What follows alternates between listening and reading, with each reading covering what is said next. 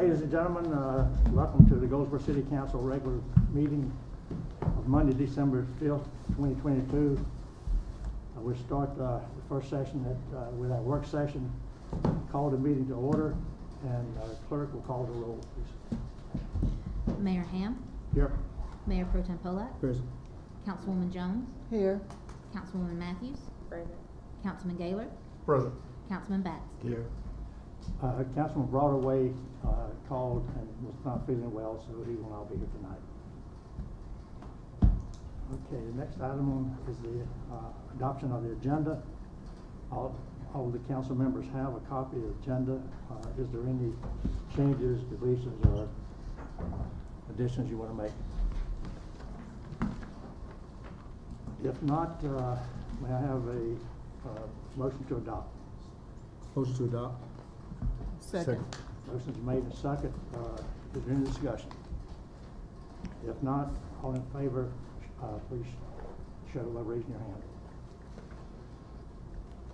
Okay, the motion is passed. The agenda is adopted. We'll go right into our old business, and we'll talk about the NPO workers' comp requirements. And I'm going to, as you recall, we tabled this item from the last meeting per Councilman Gaylor. So, sir, I'm going to let you start off.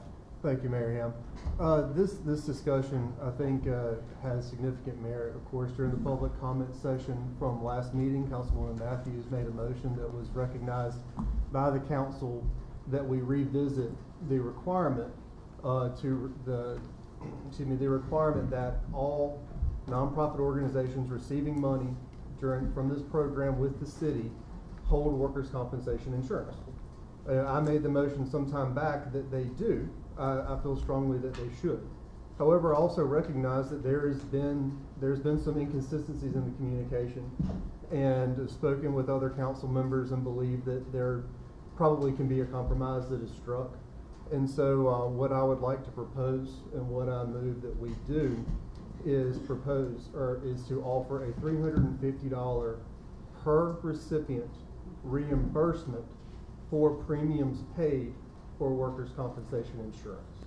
And so that would cover it won't cover the larger premiums for the larger organizations, but in fairness, they already have it.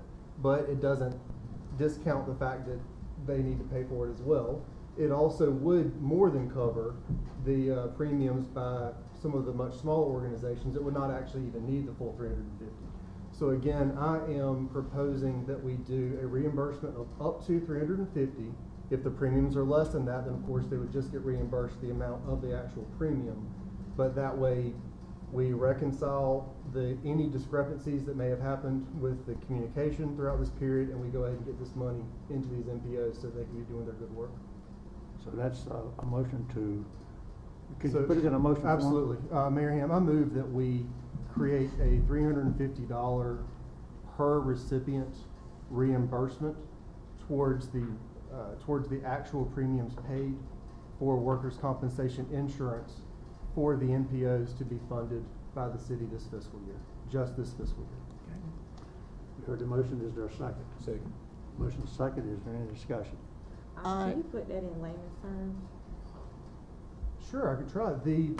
Long story short, there's multiple insurance policies that any organization operating is going to have. They're going to have their general liability insurance that everyone was clear needed to be in place.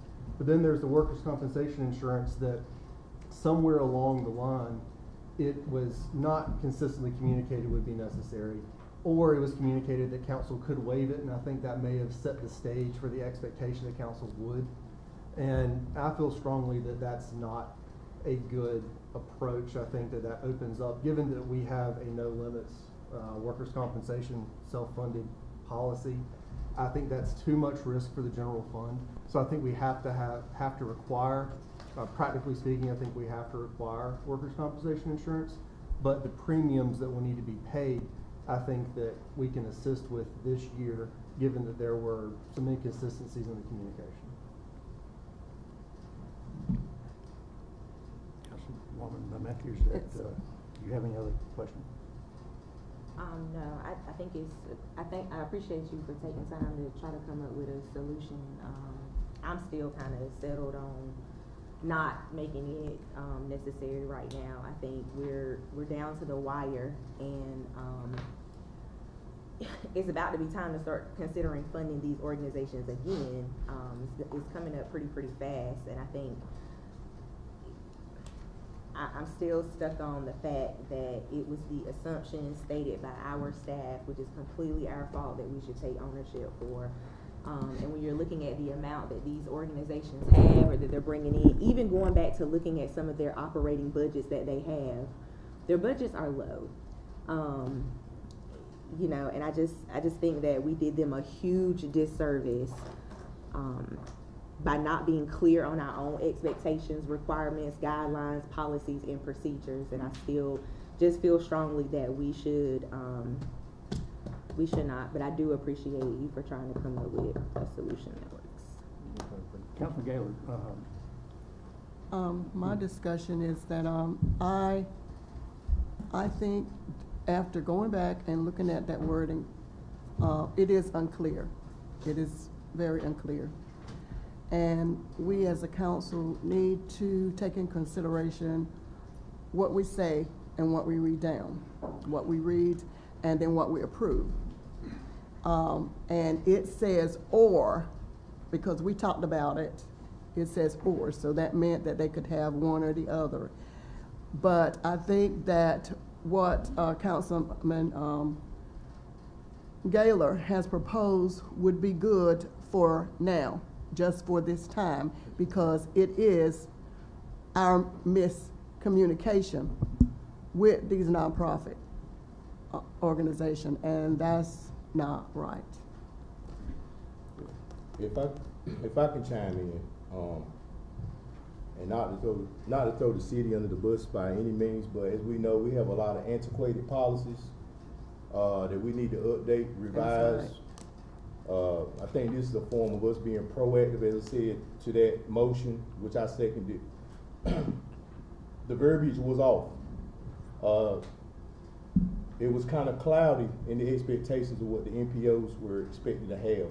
So I think that with this being a grace period and paying that $350, as your proposal stated, that by next year the verbiage will be correct in the expectation for the NPO. So moving forward, we won't run into this situation.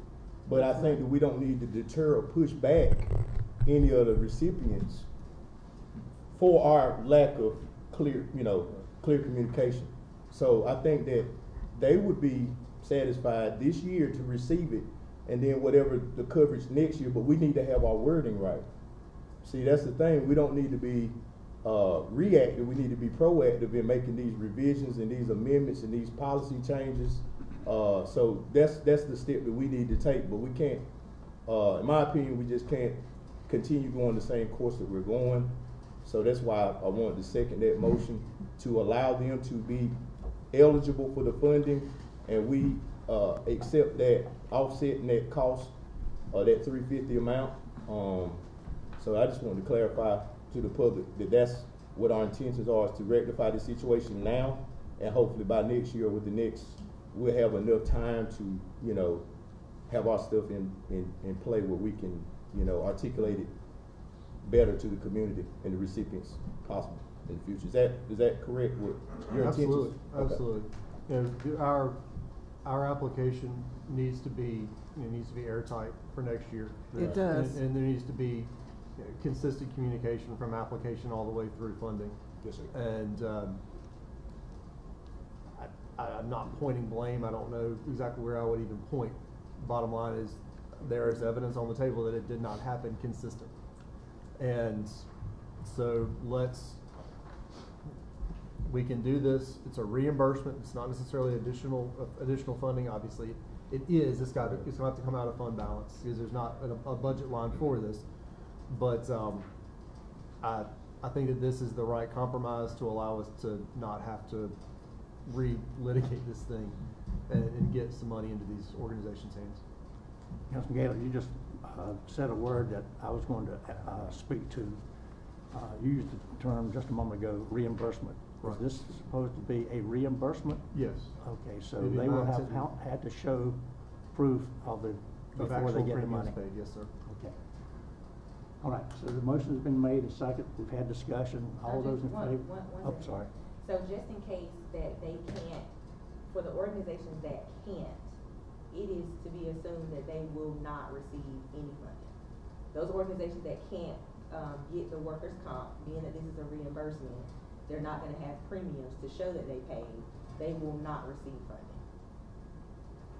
I can't really imagine a scenario. But yes, that would, if they're not willing to, or not able to receive workers' compensation funding, then I do believe it's in the best interest of the city to not fund them. But I also can't really think of a scenario where someone's not going to be able to find a way to get a policy. Especially if we're guaranteeing the reimbursement. Is there any more discussion?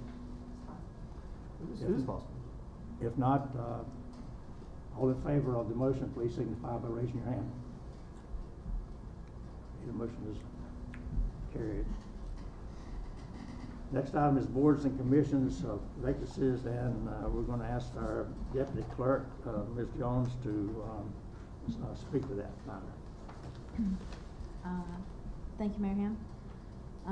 In your packets, council, you have boards, commissions vacancies, as well as current districts for our current board members, a list of current applicants, and the applications are also attached. First, our Commission on Community Relations and Development. There are currently 3 vacancies, as well as a recommendation to terminate an appointment due to lack of attendance. 2 of our vacancies are eligible for reappointment. The board has recommended that they be reappointed. The other that is not eligible for reappointment, the commission has recommended Orvon Suzesong. As I said, this paperwork's in front of you, so. And the last one, Mr. Ahmad Pittman, due to lack of attendance at the board meetings, the board has recommended his appointment be terminated. He will need a replacement, as the commission has not voted to recommend a replacement for him at this time. So they've recommended a reappointment of 2 of those board members, and Yes, sir. we're looking for one. If they've recommended reappointment, and we can reappoint them, or we can go down the list of those candidates and select someone else, correct? Yes, sir. We will bring the ordinance at the next council meeting to officially appoint them, so there's no vote needed tonight. But we just would like your recommendation on if you agree with the commission's reappointments and their other recommendations.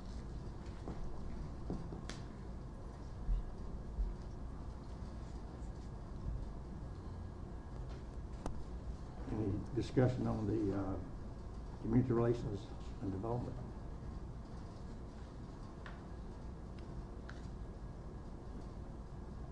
We did have one candidate there that was their first choice. Just keep that in mind.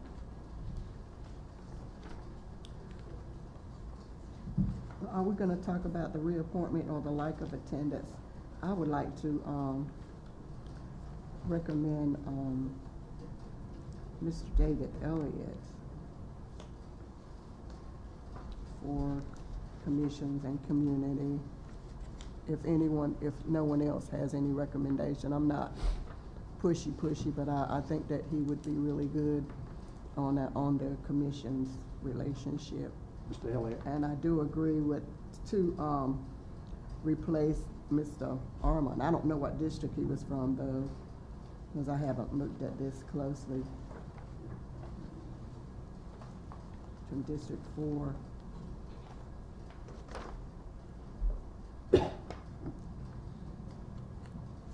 But I agree with the commission with the reappointing, letting them reappoint, Ms. Battle and Ms. Dumont. Did I understand you, to speak, for Mr. Elliott? Yes. Appointing him for that?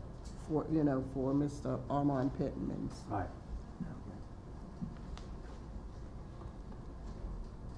Anyone else have any,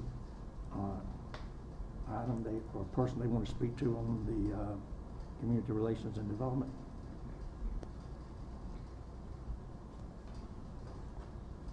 If not, we'll go to the Historic District Commission. There are 5 vacancies there. 2 of them were recommended for reappointment.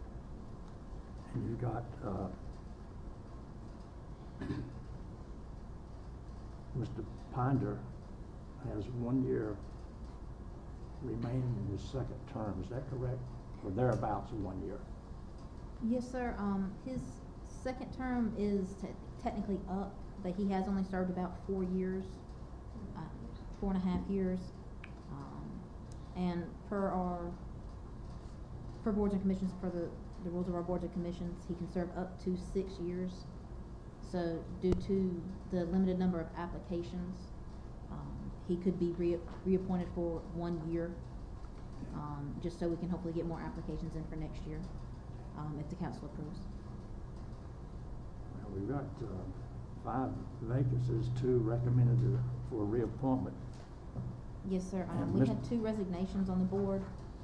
Historic District Commission has not had the chance to meet since those resignations, so they do not yet have recommendations to fill those vacancies.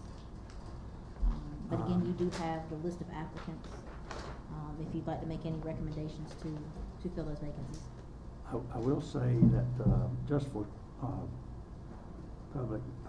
just for consideration and public knowledge, Mr. Chavis, works with Ms. Weeks. Mr. Chavis is a candidate, and he's, their CFO for the, program that Ms. Weeks runs, so, that's not to say that they couldn't work, towards the same goals, but, they are on the same goals on the Historic District Commission, but they are, they do work together professionally.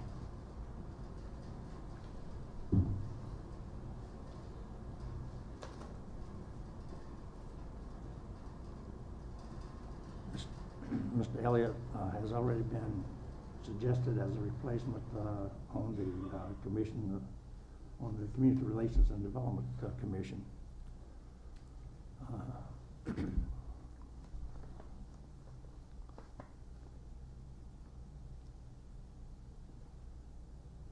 Ms. Merritt, Sandra Merritt, did apply. So if the council wants to consider her, or any of those other 2, but they can't serve on 2 different commissions. Mr. Elliott can't serve on 2 different commissions. But No, you can only serve on 1 commission at a time. Yeah. If I may, since Councilwoman Jones recommended Mr. Elliott, is that correct? Mhm.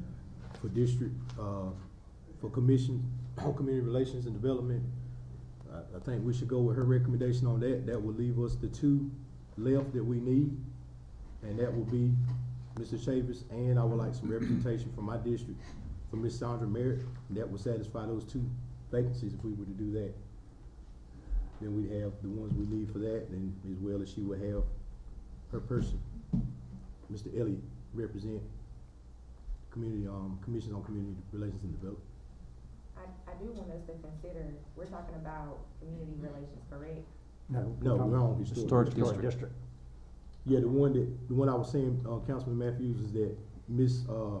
Jones had spoken to Mr. Elliott to serve on community, relations and development, and we only need 2 more, slots for Historic District. So if we moved him to that, that would leave us with only 2 that we have in that category, which would be Jonathan Chavis and Ms. Merritt would serve those 2 vacancies, is what I was saying, for the Historic District. If we took Mr. Elliott to the community relations. let me, with the, and I'm not jumping around, just asking a question.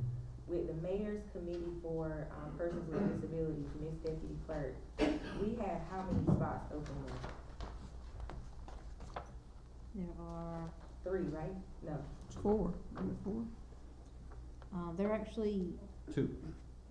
well, there will be 4 vacancies, if you agree with the reappointments recommended. Because we do have 2 resignations and then 2 other individuals who are no longer interested in serving. Okay. So we do need 4 people to fill the vacancies on the mayor's committee for persons with disabilities. Okay, and I see that, the board has made some recommendations as well. I just wanted to ensure that their recommendation didn't kind of contradict what we're trying to set up. Right. So,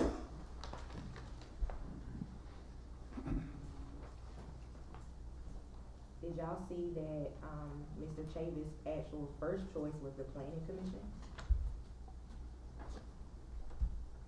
And he's the only Yep. one there, so I know we're trying to put him on the historic district board, but I think his first choice was planning, so I would much rather wanna consider him for that than, Well- Now, for the planning commission, the only vacancy is actually eligible for reappointment. And the board has recommended Mr. Kevin Brown's reappointment.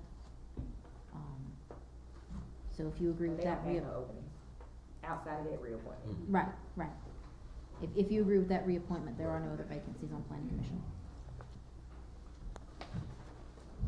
Okay, let's finish up the historic district, so, Councilman Pollock, you suggesting or speaking to nominating Mr. Merritt, Mr. Chavis to that board, and Mr. Ponder would complete his, remaining 1 year, is that correct? Yes, sir. Okay. Anybody want to make any other discussion on that? Okay, let's move to the Parks and Rec. We have 4 vacancies there. We only, we have, one that Larry Gerard was recommended for reappointment.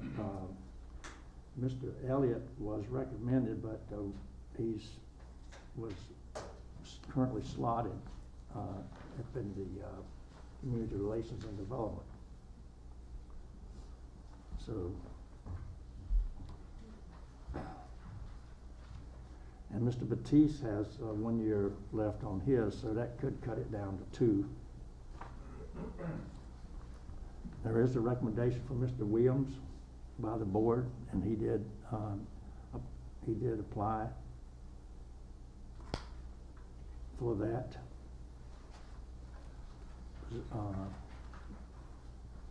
And then we would need 1 more. Mr. Mayor. Yes, sir. The Baptiste now, that's Danielle, and the applicant is Xavier. They're 2 different people. Danielle is his, daughter-in-law. They're 2 different people. Yeah. So that would be a different applicant.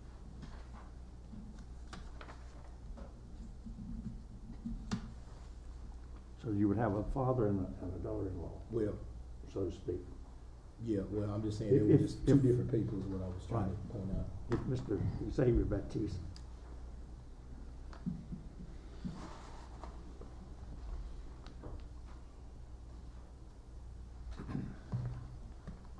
Well, what does the council want to do?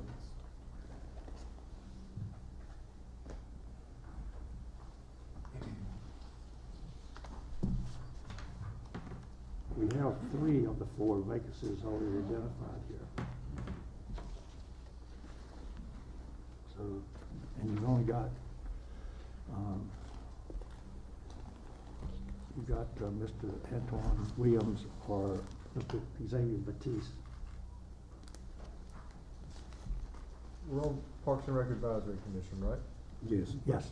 And so there's 4 vacancies, and that board identified Robert replaced Ms. Clark, who's, not interested, with Mr. Elliott. Mr. Gerard would be reappointed. Ms. Kaufman replaced with, Mr. Williams, as she's left the city, and then, Mrs. Baptiste their recommendation is that she have a 1-year reappointment, right? So isn't that all 4? Yeah, and again, David Elliott, who was recommended by the board, is already currently scheduled for the, Oh, my apologies.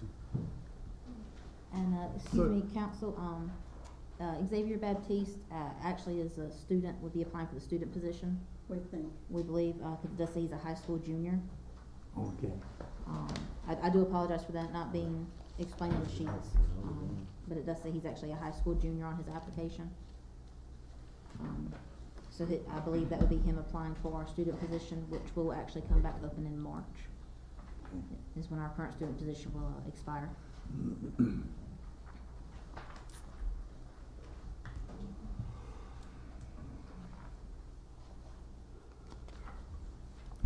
So if you don't use Mr. Elliott for the Recreation Advisory Commission, you'll be short a person as of right now. Whereas you have other options for the Commission on Community Relations and Development. Well, we can't lose, he can't be on 2, Correct, Right. but you have other people who applied for that. correct? Yes, and I spoke with him, and, of course, he wants to serve in any capacity.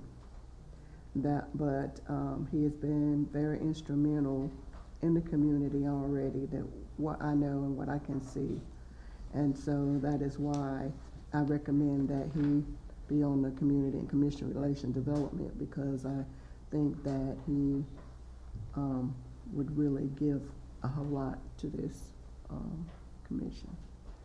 So is the spot that we would be placing him into on Commissioner for Community Relations and Development, would that be the spot currently held by Ms. Humphries or Mr. Pittman?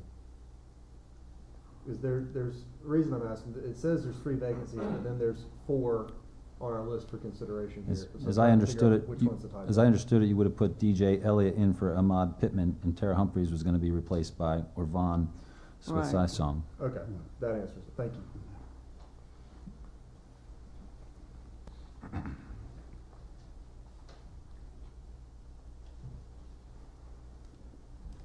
Well, I definitely want to see a young man since, I made an error in the first name. I mean, that's not really a common name, but I would like to see that junior and that high school student serve on that board. Definitely. That's Xavier, right? Xavier, that's right. Yeah. That's correct. Okay. And as I say, our student position, that vacancy, we only have 1 student position on that board, and that will become vacant in March. That's when the current student's term expires. So they can essentially make that appointment now for that position. They could. It just wouldn't be effective until March. If they Right. could, but Xavier wouldn't be eligible to serve until March, like I say, when that current employment expires. It's just not listed on the spreadsheet here, position to be replaced right now. Correct, because since the vacancy, like I said, the vacancy is not till March, so we would revisit that in March when it came time to replace the current student.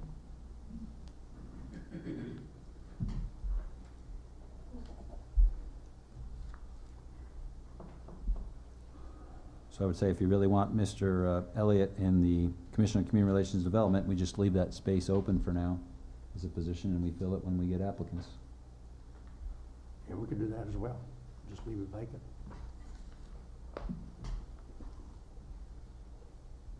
Okay. All right, let's move on down to the Mayor's Committee for Persons with Disability. Mr. Williams, Mr. Simmons, and Ms. Merritt, all 3 of those, let's see, wait a minute. Just 2 of those have already been taken. Mr. Williams and Ms. Merritt, if I'm reading my list correct. So that would only have Mr. Williams, Mr. Simmons as the available person of the 3 names that are listed. Yes, sir. It seems like we're trying to honor the first, I just don't know, anytime somebody wants to serve on that mayor's committee for persons with disabilities, like that sends a lot of hoorahs for me, but we put Miss Merritt on a board that was her second choice when this was her first choice. So I'm just saying, and the Antoine, it was his first choice, you know, as well. So I just wanna consider that while we're putting people where we would want them to be, I want us to still consider where they would like to be as well. And I think it's okay if we have an additional opening and we can open it back up and request more applications versus trying to fill the committee. So I really want us to be considerate of that when we're making these decisions.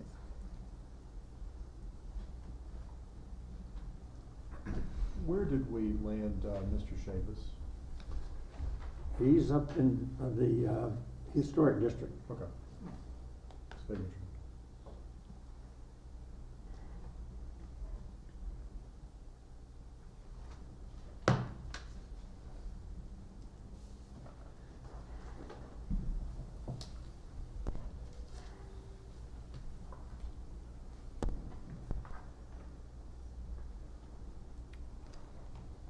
You might note, under the Commission for Community Relations and Development, Teresa M. Hampton, because she lives in the ETJ, she's really only qualifying choice is for the Commission on Community Relations and Development. So you could potentially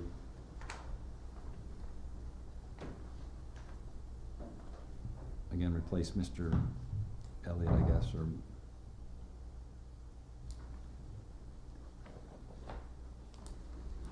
Mr. Swysong isn't listed at all under Mayor's Committee for Persons with Disabilities.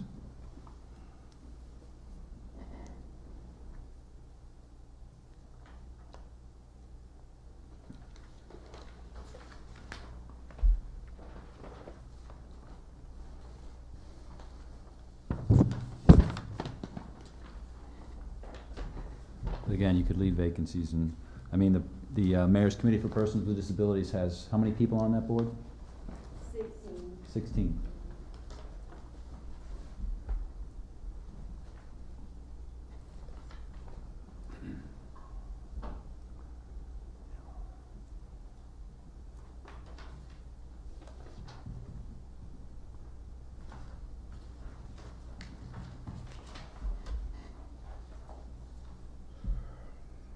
Awesome.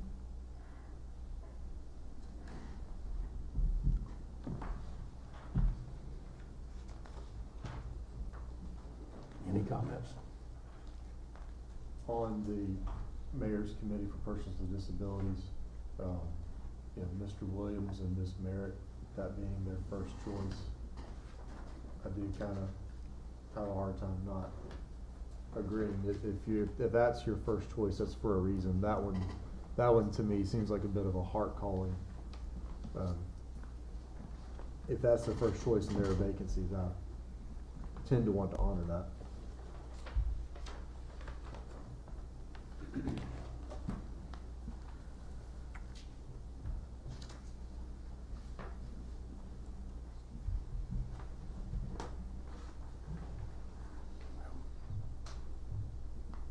And I mean, technically, if we're, well, sorry about that. You were saying? I'm gonna keep that one. I don't wanna complicate the process even more, but it seems pretty simple right here, but, you know. Can we get what, Really no further comments other than, you know, these folks are asked to give us a ranking of where they would most prefer, and you know, to the extent that we can. And I also understand that there are some folks, actually, as soon as I say this, I don't need to take it back, because I know of a few folks that have submitted applications that would have easily said, these are my three choices, I don't have a preference. So, to that point, I'll need to just stop talking.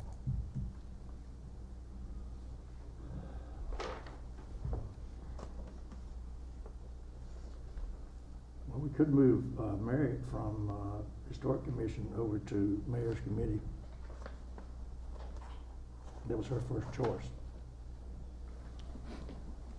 That's her stated first choice on her application, yes. Yeah. So, Then you're gonna leave an opening. And leave that spot open. Right.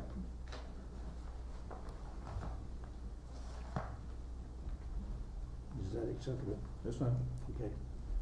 Take I her off just, the, the reason I, and I just hate to be biased with my district, but can you have multiple applicants from the same district on a board? There's a possibility, Yes, so sir. Yes, sir. hypothetically, if we had 6 people from first choice, all from one district, that would unbalance the representation that we have as council. And that's what I look at when I make my decision, is representation for my district.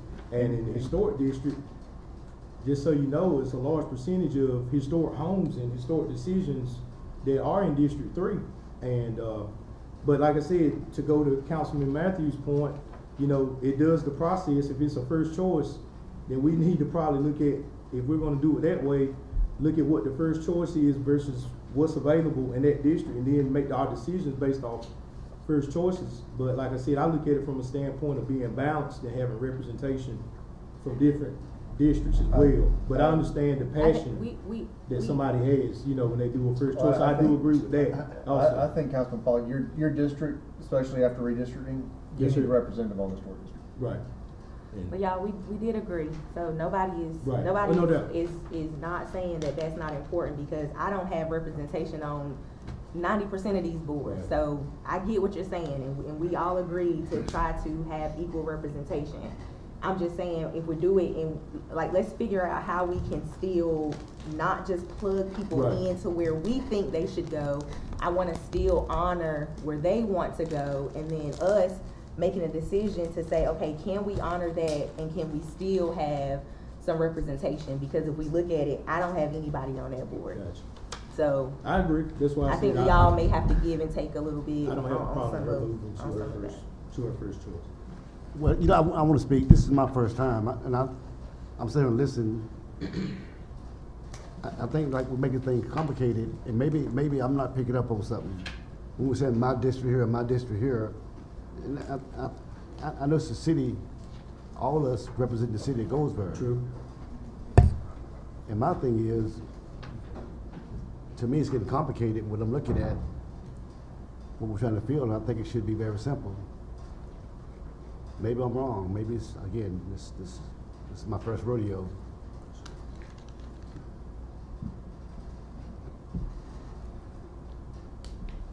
so looking on the list here, Mr. Simmons doesn't have a first choice. He has a second and a third choice, but he doesn't list a first choice. Is there any reason for that? I think his first choice was it housing? Somewhere, So, I'm gonna try to find. say that she wasn't in his application.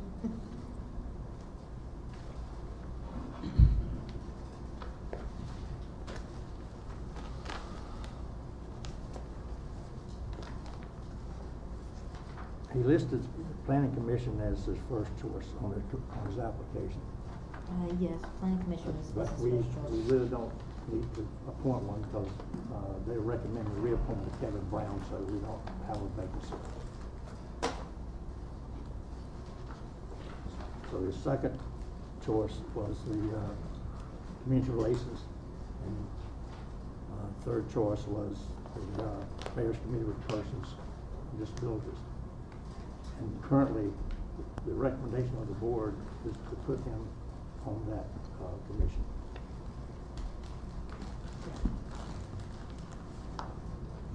Councilman Bass, would you like a little bit more clarity? Cause I know you see a lot of numbers, you see a lot, and I understand how it could be slightly confusing when we say district and stuff. So when you see those numbers right there that you're looking at, that's just what district they're in. So that's why we're saying you may see 4 from 3, 4 from 2, so that's what we're trying to say. If we can all be equally distributed, if we can, which is hard sometimes. And then if you go look at this paper, you can see, but then if you look at these papers, it's a lot. It's a lot. Okay. I'm gonna go back over it just for clarity here and make sure we, so The 3 vacancies on the Community Relations and Development. Carol Battle, reappointment. Christian DeMond, reappoint. Mr. Pittman Mr. Elliott would be the 3rd. Yes, I believe you said, you were recommending Mr. Elliott to, replace Mr. Pittman. Correct, yes. For the Historic District, there are 5 vacancies. Beverly Weeks, reappoint. Terry Cottle, reappoint. Mr. Ponder will finish out his 1 year, and we'll add Mr. Chavis. Is that what you have? Okay. Yes, sir. If we're doing just Mr. Chavis, I don't know if we still wanted to put Miss Merritt there, or if we did want to put her on a different board. We moved Miss Marriott.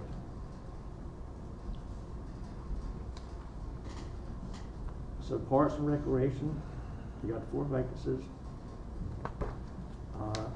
Mr. Gerard is reappoint. Danielle Baptiste, who finished her appointment. Mr. Elliott, David Elliott would replace Ms. Clark. You We don't recommended have one Mr. vacancy. Elliott, you recommended Mr. Elliott for Community Relations, so he wouldn't be eligible for the Recreation Committee. Oh, sorry, excuse me. Yeah, they recommended Mr. Elliott. Parks and Recreation. It was Xavier Baptiste. Xavier. He is a student position, so he would only be able to serve in the student capacity, which won't come until March. So he wouldn't be able to replace any of those on this list. Okay, I'm confused. You got Danielle Baptiste there. Danielle Baptiste, if you approve, she could serve for 1 more year. Yes, okay. And then you still need the 4th one. Is that Mr. Williams? Yes, sir. Right. Yes, sir, and that would leave 1 vacancy. That would still leave 1 vacancy on the Recreation Committee. Yeah. Okay, we're still leaving. Then the Mayor's Committee for Persons with Disability, we got Mr. Williams replacing Mr. Gleason. Mr. Williams wouldn't be able to serve on the Mayor's Committee if he serves on the Recreation Commission. Right.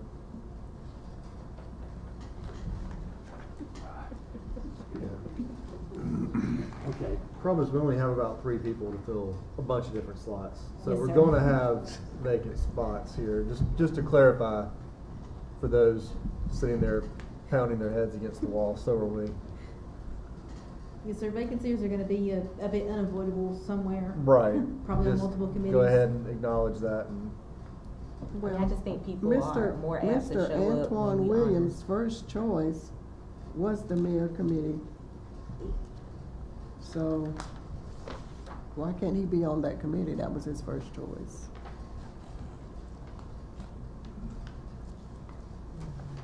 He could, but you would leave 2 positions now open under Parks and Rec.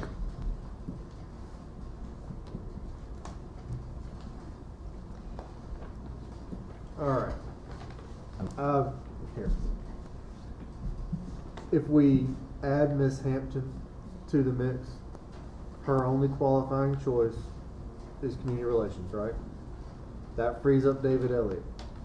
David Elliott then can get shifted. That was David Elliott's first choice, to be on community relations. Yes. But he does have other, you're right, you're absolutely right.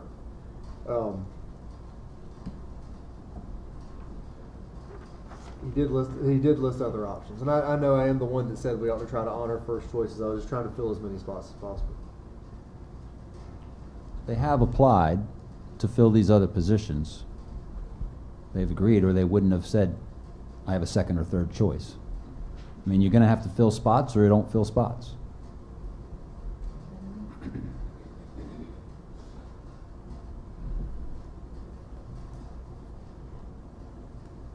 I mean, if she's in the county and then they don't have a county person, that's when we can consider that there's nobody from the county on that board. And then consider the historic district for David. Or possibly consider the recommendation from the Recreation Advisory. I mean, we got 3 different ways we can approach just this one applicant. I tend to believe people show up more when they, you know, if this is what I want to do, then I'm going to show up. I just feel like that. So, I don't know. I mean, how important is this for us to complete this tonight? I know we pushed it. I know we just pushed it back to this meeting, but I'm just saying. We normally appoint at the last meeting in December, but it can be pushed back. Can be. Can be. Well, so we got one more meeting. And we normally do the resolution at the next meeting. At the next meeting, okay. Yes, ma'am. Well, can we get this done tonight, now? Please. I mean, we can move it back to 19th. We can get it done, let's knock it out. Well, we can't get it done and fill in all the spot vacancies, that's for sure. Not tonight. You can always also, if y'all wanna let us know who you would like, you can email us and we can bring the resolution back to the next meeting and y'all can change it then, Right. if y'all like to do that as well. That We could were prove, kinda supposed to do that. that could prove to be difficult. Yeah, we were supposed to like work on this Mhm. last in 2 Right. weeks, so I think let's get us now while we're here. Yeah. Why can't we just go with what we got and leave the vacancies and We can. Mhm. We can do that. and then they have a quorum. I mean, they can get a Right. quorum out of that. Right, And then hopefully add to the field of vacancies. right, because there's nothing to stop us in January from anyone that hasn't Right. landed in a spot coming back in January, right? Right. Which would also be a great time to plug that we really need boards and commissions applications. Can you say that into the mic so we can hear? We need many, many boards and commissions applications, please. What a wonderful holiday present, to fill out an application for a friend or loved one to serve on a board or commission for the city of Goldsboro. They're available online and downstairs at the front desk. Available online and downstairs at the front desk. See Ms. Holly Jones for more information. Mayor, I move we accept the boards and commissions vacancies, as presented after all this discussion. Second. Motion's made and second to Well, accept where are we at? Excuse me? positions that we discussed. Literally as presented. Oh, I need As to we run it discussed. back. You can't, Yeah, you're right, you because there's can't a couple have overlaps. multiple That's right, overlaps. guys. So for instance, on Parks and Rec, do you wanna leave Antoine Williams under Parks and Rec, or do you wanna leave him under Mayor's Committee for Persons with Disabilities? His first choice was Mayor's Committee for Persons with Disabilities, so I would say leave him there and remove him from Parks and Rec. Okay, so now you have 2 openings in Parks and Rec still, Yes. okay?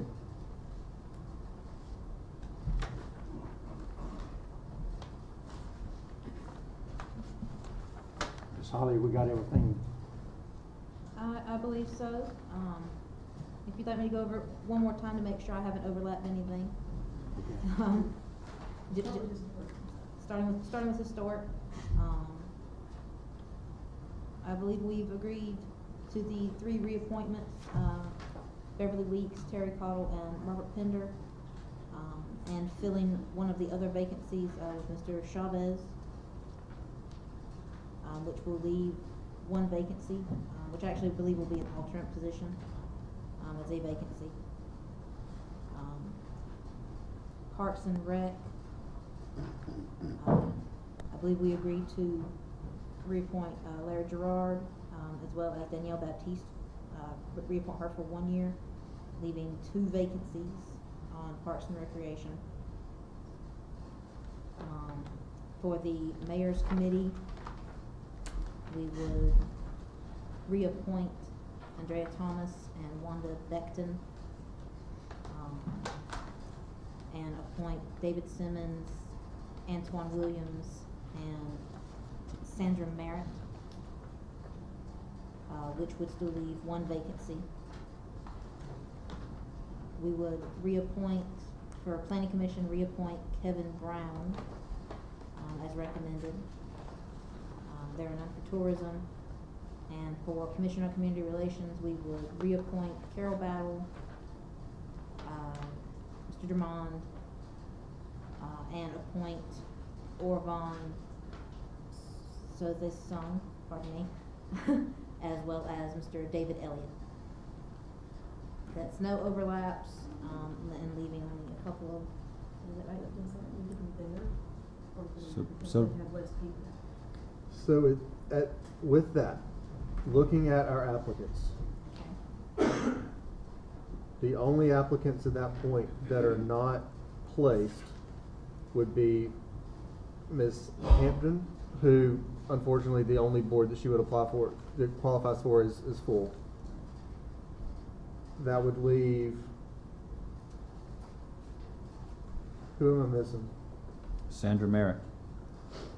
No, We have Sen- her already. No. Where are you gonna put her? Who's taken? Mayor's Committee. Mhm.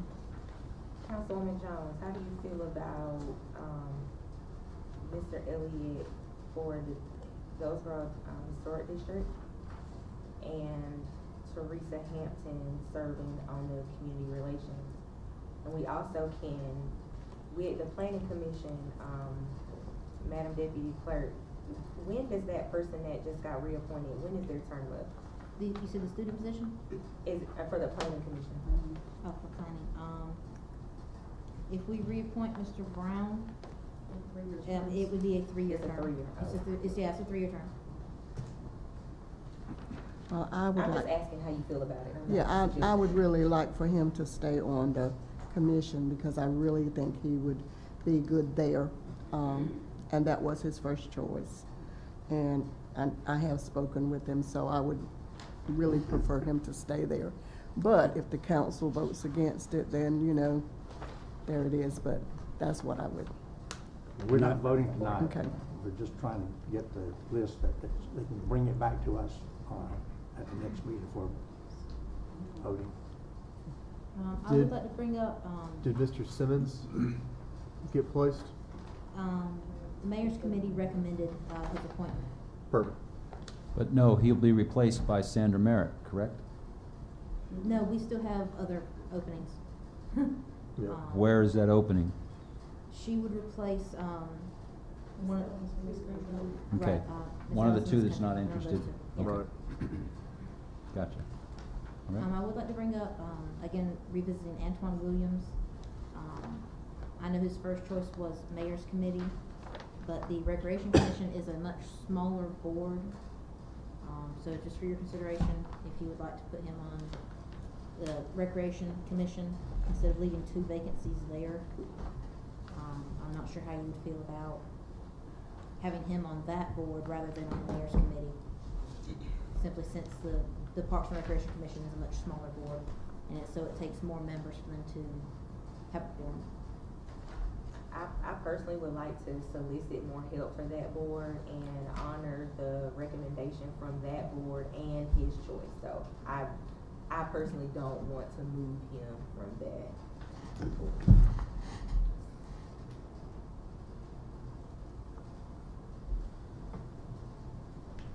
What y'all think? I agree with that. We do need to solicit some applications for the Recreation Advisory Commission, for sure. But I agree with you, Councilman. Everybody okay with that? Yep. Okay, you bring it back, I'll bring a resolution back, in the next meeting. and send it to us, in advance. Okay. And that covers all of our applicants getting placed too, Except for him. except Except for the for one who Sam. only had one eligible, so. Maybe we can ask her if she, maybe the Goldsboro tourism. If there's no residency requirement. Now, it depends on if you're a hotelier or depends on, Oh. and they don't have any vacancies right now either. Oh. So, Okay, we'll move on to new business, this time, the Goldsboro Affordable Housing Committee and Strategic Plan, Mr. Matt Whittle from the Habitat for Humanity is coming to speak to us. Good evening, Mr. Whittle. Evening. I will do my best to make this, as short as possible. I think my reputation preceded me, I was told by several people too, it should be 15 minutes. So, hit the slides, how do we get through it?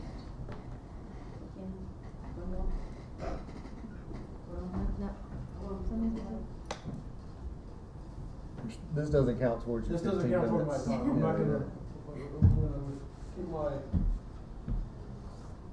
we don't have them, that's fine, y'all have them in your packets, so I can move No, forward. they're not in their packets, they're just, Another agenda packet. well, yeah, yes, sir, they're in the agenda packet, just not directly in front of you. That's why y'all need iPads. City issued iPads, so we have those agendas in front of you. We have. Here we go. Good. All right, so, again, my name is Matt Whittle. I am the Executive Director of Habitat for Humanity of Goldsboro, Wayne. I'm also one of the co-advocates for the Wayne Forward Anti-Poverty Coalition. That's really the role that I'm speaking to you all in today, is from the Wayne Forward perspective. What we want to talk about is really an affordable housing strategic plan. There's several ways that we can get to the strategic plan. We're going to talk about there's two options to get to a strategic plan for affordable housing and equitable community development. But what I want to do is first run through some slides, run through a little presentation. A lot of it I gave to the Commission on Community Relations and Development a couple months ago. We won't go through all 20 slides. Again, you've had a chance to see them. You can read them for yourselves. The public can download it, so no need for me to read it to you. But I do want to point out a few things, and the reason why we're bringing this to you, because of the need for an affordable housing strategic plan, a strategic plan for affordable housing and equitable community development. In your analysis from 2021, the analysis of impediments to fair housing choice, impediment number 6 noted the lack of an affordable housing plan. And the need for that. The solution then that was presented in the analysis of impediments to fair housing choice was to assemble an affordable housing steering committee and commission a 10-year plan to address affordable housing issues. And so really that's the impetus for what we are asking the council to consider doing. So what is this? The vision of this plan would be to have a city that prioritizes and promotes affordable housing opportunities and equitable community development. And so the mission of the committee or whoever is putting this plan together would be to work in conjunction with the city's leadership and staff to advise the city council on matters pertaining to housing challenges, opportunities, and options that will result in fair, safe, and affordable housing throughout the city. So what is affordable housing? Quite simply, affordable housing is any housing that costs less than 30% of a family's monthly gross income. Typically, when we talk about families that are in need of affordable housing, we're talking about those families whose housing needs are not being met by those normal market forces. And really, you're looking at families that range anywhere from, of course, under 50% median family income to upwards of 120% of median family income. Those are often the ranges that we find. Families that are struggling in normal market conditions to find affordable options. Where would affordable housing be? Where can affordable housing be? It can be anywhere.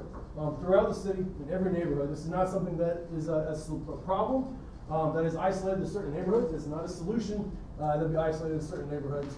Mixed income neighborhoods are beneficial. In your packet, in the presentation, we have several slides. I'm not going to read through each of these, but you can see there are several, of course, statistics we can talk about the need for affordable housing, Goldsboro's poverty rate, the number of households that are under that 80% median family income, the number of households that are currently cost burdened, 27%, and that 30 to 50% paying more than 30% of their income on the housing, and then of course 18% of households are paying more than 50%. 2% of households are overcrowded. There are households in Goldsboro lacking still complete plumbing and kitchen facilities. Add all these together, 39% of all households in Goldsboro have a housing need, 21% have a severe housing need. Some information about those families or those households receiving housing vouchers, the number of housing units in Goldsboro that occupy, and of course we are largely a renter community for a variety of reasons. But those are the ones who suffer. Often renters are the ones who suffer the most when it comes to affordable housing needs. Affordable housing spectrum, we've talked about what would this encompass? What would an affordable housing strategic plan encompass? It would encompass a variety of things. Really, for me, for the way forward for our discussions, affordable housing runs the gamut from homelessness and emergency shelter needs all the way to that fair market rate housing, whether it is rental or home ownership. And again, you're running anywhere from 0% median family income all the way up to 120% median family income. So what are the challenges? What are the challenges that a strategic plan would address? Housing supply, not enough units available at affordable prices. Housing diversity, not enough choice in type, size, and or price. And of course, housing quality. The high number of vacant or distressed houses that are considered unsafe or unhealthy. It would address housing displacement, the concerns of longtime homeowners and renters who are having difficulty remaining in their homes due to increasing costs, whether that's because of the rising home values, bringing taxes up, bringing those rental costs up, and the aging housing stock that we have in Goldsboro that is in need of repair. There'll be an increasing need of repair as we go through the next years and decades. And of course, homelessness issue is a housing challenge. Strategic considerations, things that the strategic plan would consider would be repair versus demolition, new construction versus renovation, issues of crime and safety, reality versus perception. Where are we building affordable housing at? Where are we building? Where are we developing the community? Those issues of crime and safety. Again, reality, perception. Perception is reality for many families in Goldsboro and Wayne County, talking about where they might want to live. And then, of course, the condition of the surrounding houses. It's one thing to build new houses, one thing to repair a new house or build a new house on a block. If the rest of that block is dilapidated, there becomes a need to address that strategically, block by block, neighborhood by neighborhood. Access to healthcare, grocery stores, and recreation. Affordable housing is a housing issue, but to address it strategically is not just to talk about building new houses or renovating houses. It's to talk about where those houses are located, not only crime and safety, but also issues of healthcare, issues of grocery stores, access to recreation, these things that improve the quality of life, access to employment opportunities, access to transportation. All of these things play into a strategic plan for affordable housing and equitable community development. And of course, there's questions of who owns the land. Is it city-owned? Is it heir property? How are these issues strategically addressed in Goldsboro? Gentrification versus the importance of diverse neighborhoods. Zoning and land use. Where is infrastructure needed in the city? Not just water and sewer infrastructure, but also sidewalks, curb gutter. Where are these things needed to improve neighborhoods, to improve the quality of life in the community? And of course, availability of credit, financing, and down payment assistance. What is the city's role in making these programs more available to families in Goldsboro to make housing more affordable for all? So how do we do this? How can this plan be created? So this is what I want to say. There's two options. We're presenting two options to you.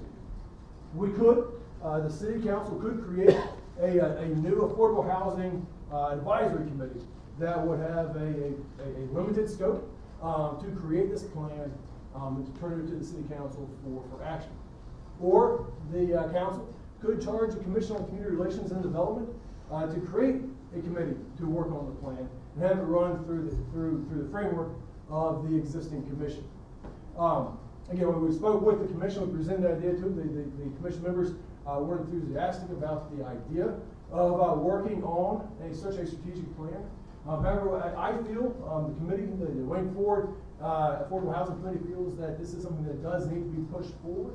And so that's what we're bringing to the council tonight, to put this in front of you, to ask the council to think about this, to consider taking action on this, to consider how does the council want to proceed with the creation of an affordable housing strategic plan. Is it a new affordable housing advisory committee that has its sole purpose, or is it running through the offices of the Commission on Community Relations and Development? That is your choice to make. That is your decision to make. I've been asked before, are we trying to set up a third competing entity? And no, obviously, we're asking you all to make a decision. Our goal is really to see a strategic plan, to see a comprehensive framework put in place for how Goldsboro is going to address issues of affordable housing and equitable community development over the next 10 years, regardless of what entity puts that plan together. In your, it wasn't in your agenda package, but the clerk does have two draft resolutions. One resolution to create the independent committee. One draft motion that would charge the Commission on Relations and Development to carry this process out. Both those, the clerk has both of those if you'd like to see them. Give you an idea of kind of what we're looking for, how this could be put together, and who would make up such a committee, whether it's run through the commission or whether it's run independently. But the role of the committee would be to create the plan, to propose this plan to the city council, and then to advise if the city council wanted to keep this committee around in some fashion, that they or the commission would have a role in assisting, advising the council, and monitoring the plan, and then updating it as necessary. Because as we know, strategic plans are not documents you make this year and you let sit on the table and see how you did in 2023 or 2032 or whatever year. They're documents that have to be continually revisited and continually adjusted to meet the realities on the ground. The role would be to identify new and creative solutions to ongoing housing and community development issues. So this is not just how does the city spend those HUD dollars, those CDBG, and those home funds. It is looking at how can the city address affordable housing in a variety of ways, whether it's through those HUD dollars, whether it's through zoning issues, whether it's through land use regulation, whether it's through other regulations that the city might look at. Also, things such as affordable housing bonds and any creative solution such as that that the city might want to consider. And of course, we would coordinate. If it was an independent commission, especially if it was under the Commission on Relations and Development, I'm going to coordinate with them and coordinate the planning board in these discussions in the creation of this plan when appropriate. It is not there would be no reason for this committee, in whatever form it takes, to have any sort of competition with the planning board, with the Commission on the Development and Relations. It would not have any sort of regulatory or fiscal or policy authority, and it would have no role in improving or blocking development, simply to help create a plan. Who would be on this? We would suggest that there be grassroots impacted community members on it. There would be representation, we propose representation from each district, specifically those districts that are the three most impoverished districts based on the census numbers, that they would have extra representation on this committee in whichever form it takes. That affordable housing related agencies and nonprofits be part of it. For-profit builders and businesses also be part of this. It takes a multitude of people to have this discussion. And of course, other stakeholders, those involved in transportation, education, healthcare, faith community, and the military. So that is our proposal. Like I said, right now we're of course not asking for the council to take a vote tonight, but it is something we would like the council to consider. We would like you all to discuss. We do think that the time is of the essence. If this is something that the council feels strongly enough to move forward with, now would be the time to be putting the committee together, so that when budget time comes, there is money that there is available use of those HUD funds to put together a strategic plan that is an allowable use of the funds for planning purposes. But now would be the time of putting the committee together so that when budget time comes around, those funds can be allocated and you all can work through the proper channels with HUD to make that happen. Which is why we're bringing it forward now, so y'all can have time to consider. If there's any questions, I'm happy to answer. Any comments, questions? I'll put this one out there. Matt, you've tried to contact me a dozen times, to actually have a formal conversation about this, and it's not necessary because I really believe in the work that you've done. You've put an incredible amount of time and your own personal time and your own personal finances as well behind ensuring that this subcommittee of that Wayne Ford Action Group maintained its own footing. I really respect that and I appreciate the work. I don't know that we'll be taking a vote tonight, but I really appreciate how much energy you've put into this. And please don't ever take my slow responses on emails, which I'm terrible about, to discount the amount of appreciation that I have for what you do, man. I appreciate that. I would like to take this opportunity to thank you for all the work you've done. I see a lot of your objectives were some objectives that I've seen that Mayor Ham has put in place as well. As a city council person, and I realize that we're not voting tonight, but I really don't think that this is a time for us to create another committee or another subcommittee at this time. This council has given the charge and objectives to, I mean, you just saw us sit here and appoint people to different committees. This council has taken its time to charge the Community and Relations Committee to do some of these very things that you have outlined here. We do have new leadership, and not just because I'm on this committee, but I think that they've done an excellent job. I think we as a council owe it to this committee to continue to do the research that they're doing, and they're reaching out in the community, they're getting response, and I really think that right now this is not the time for us to, try to appoint another committee as a council, but that is just my opinion. But I would hope that we will all take all this stuff in consideration whenever you appoint a committee to do something. Then I don't believe in micromanaging. And this is a committee that we did appoint to do it. We put some new people in place, and their report last week was excellent. So I really think that we need to give them a chance to prove, or not necessarily prove, but to do what they said that they were going to do, and get that research out and do that instead of creating another committee. Now, what you've done is commendable, and I was really impressed on George Street, the houses that you invited me to, and Habitat. I mean, all that's excellent, but I think in due respect to this new committee and their leadership, that we as a council should allow them to do what they've been charged to do and what we have charged them to do as committee. If I may, Councilwoman Jones, I don't disagree with you that the commission does have good leadership right now. I do believe that if the city council would like to see a strategic plan, a plan for how the city is going to move forward in terms of affordable housing and equitable community development, that the council should make a decisions and charge either the commission or a separate board, a separate committee, with the responsibility, with the expectation that that be done, and the time frame be set for when that would be done by. We all know that if a deadline's not put on something, it doesn't happen. From the world I've worked in my entire life, if there's no deadline, then there's no sense of urgency to have something done. And I do believe that there is a sense of urgency that this now be addressed, because we see what's happened with the rising housing costs. We know that there's a potential impending recession, but we also know that Raleigh and the Triangle continues to creep eastward. And so now is the time to try to get a little bit ahead of it, a little bit ahead of the planning stages of this. And again, whether the commission and the Commission on the Relations and Development, like I said, has good leadership. But I think the council's responsibility is to say this is an expectation, something that we want to see done, whether you ask the commission to do it or whether you ask a new advisory committee to do it.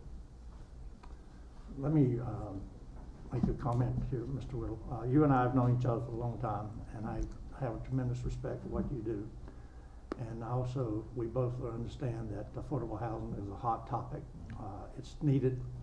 We hear it from all surrounding agencies, and the base, Seymour Johnson, always talking about the need for affordable housing. So your message is not landing on deaf ears here. I think it's up to the council, or the responsibility of the council, to determine here in the very near future which way we want to proceed.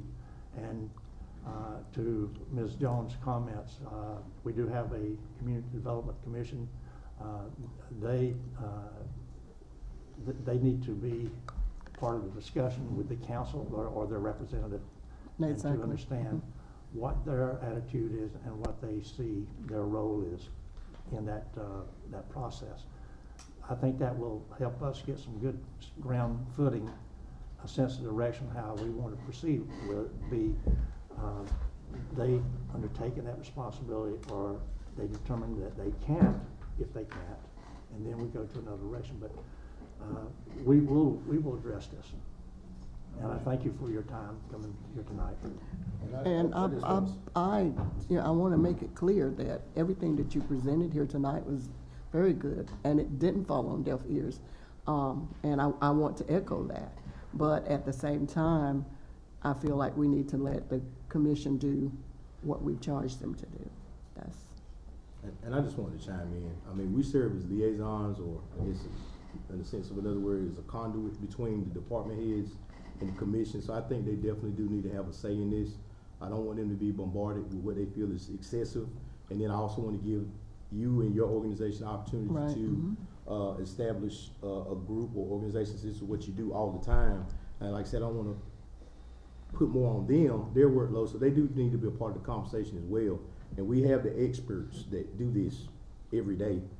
So they need to be a part of this conversation before we represent them in the decision-making process. And I mean, I agree with everything everyone said, but I always like to allow them to have a part. Like the mayor said, you know. We did the same presentation with them back in August. Okay, so, you know, I just want to keep them in mind as well. But they have done an excellent job, as Ms. Jones has stated.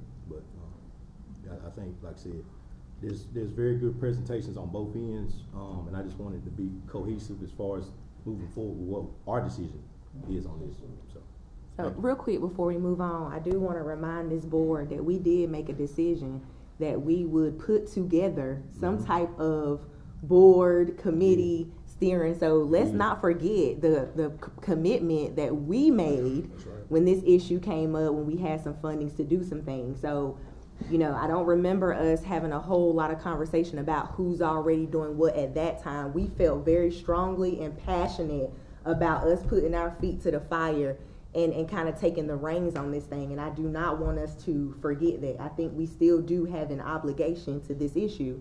And I would like to personally see us work alongside the committee, us work alongside Wayne Forward, us work alongside the county, and see how we can do this. So I really would like to see the council. I think it'll be a great project for us as a board, as leaders, to take the reins on this and really see what we could do and put this together and still pull in all of those entities. So I'm gonna charge the board to say, let's do it ourselves, not ourselves, but like, let's be the ones to say, we're gonna figure out how to put this committee together and pulling in all those entities that you guys mentioned.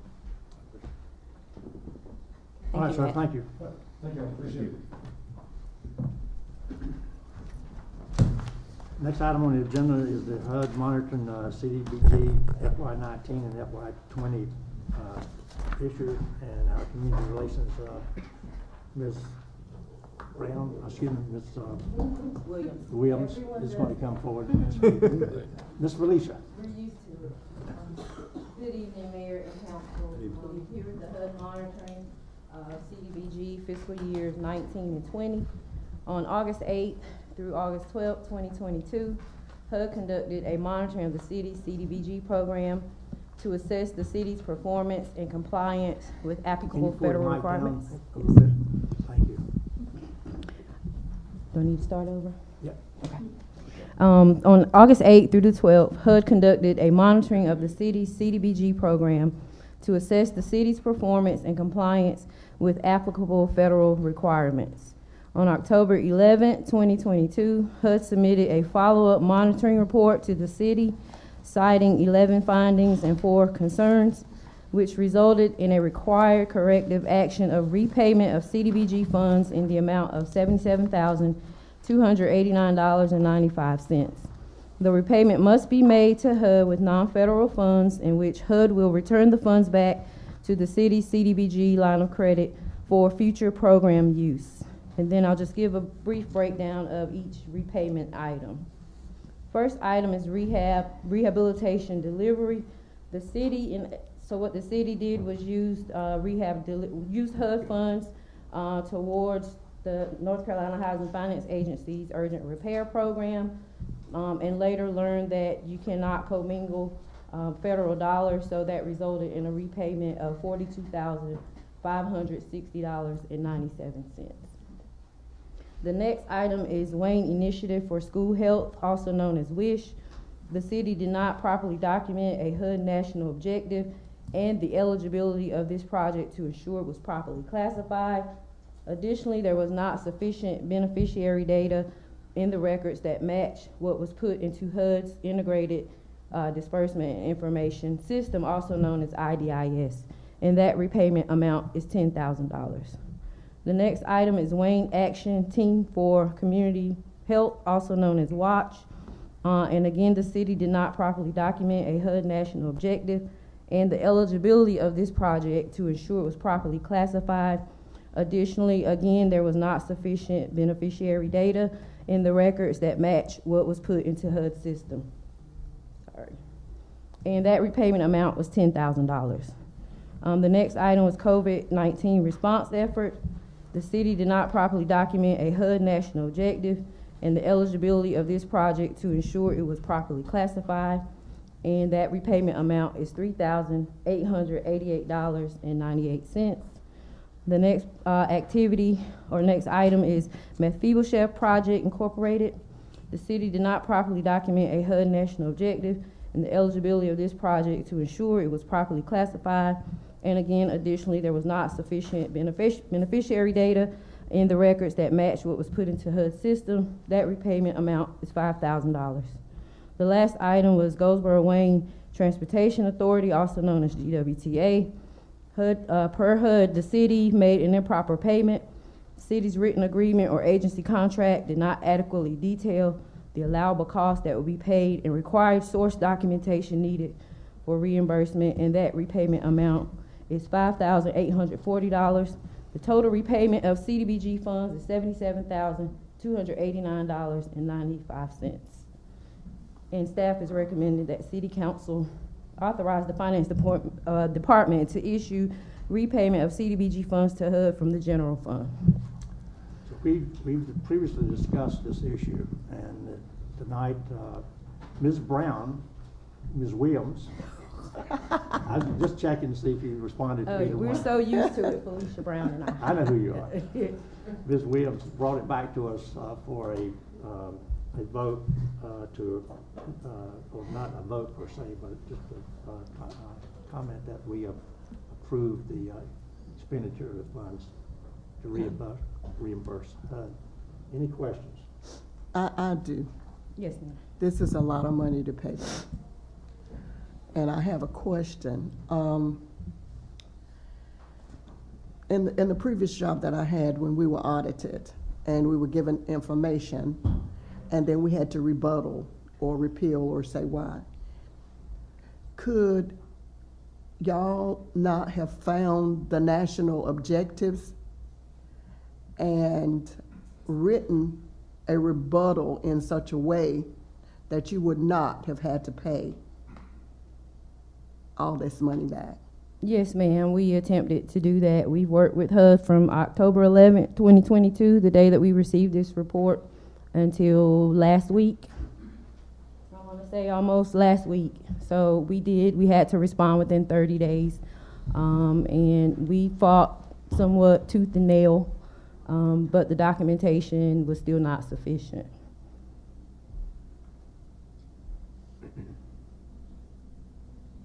And I'd just like to say on record for the public, this is in no way a negative reflection on the agencies. We certainly look forward to continuing our working relationships with these local agencies, and we value the services that they provide to our community. So it's not that there was no documentation, there was just not enough. So that was the issue. Ms. Williams, Yes, sir. can you outline for those that are, for those following at home, the process that HUD will give us the money back? Because we have to repay, but then it comes back to us. Right, we just can't repay it from other federal funds, so it has to come from the city's general fund, but HUD they don't want the money back. Right. So they'll return it back to our CDBG line of credit so that we can use it properly and appropriately for future programming. So we're not being cut off from any sort of funding. It's that we're having to return these funds out of general fund, and then they'll be allocated back to us so that we can reuse them another way. We're still in okay standing with HUD. Yes, absolutely. Good. Thank you. It's just a little, don't do that Right. anymore.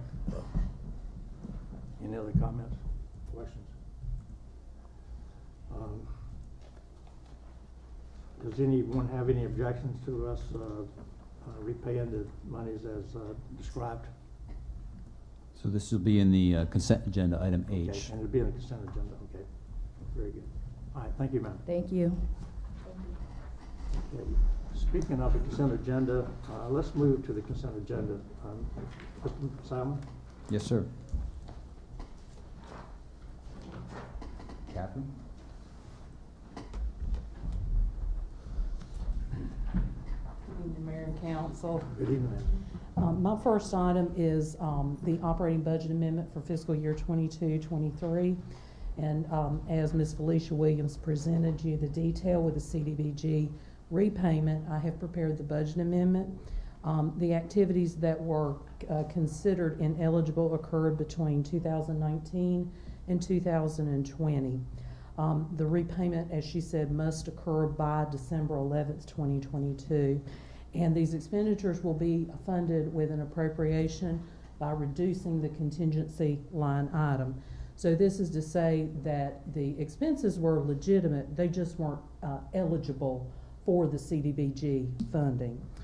So I presented you with the $77,289.95, and I showed you the contingency appropriation, which will now be reduced down to an amount of $732,075.05. Just for your information, I also did appropriated fund balance, just to show you that number that's the current year appropriated.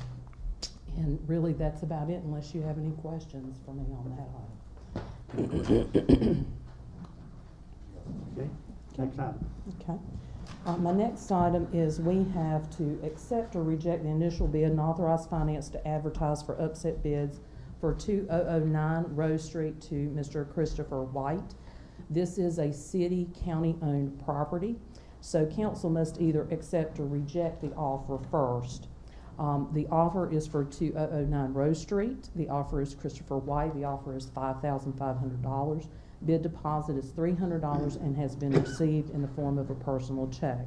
The tax value is $11,000. So the offer is at least 50% of the tax value of the property.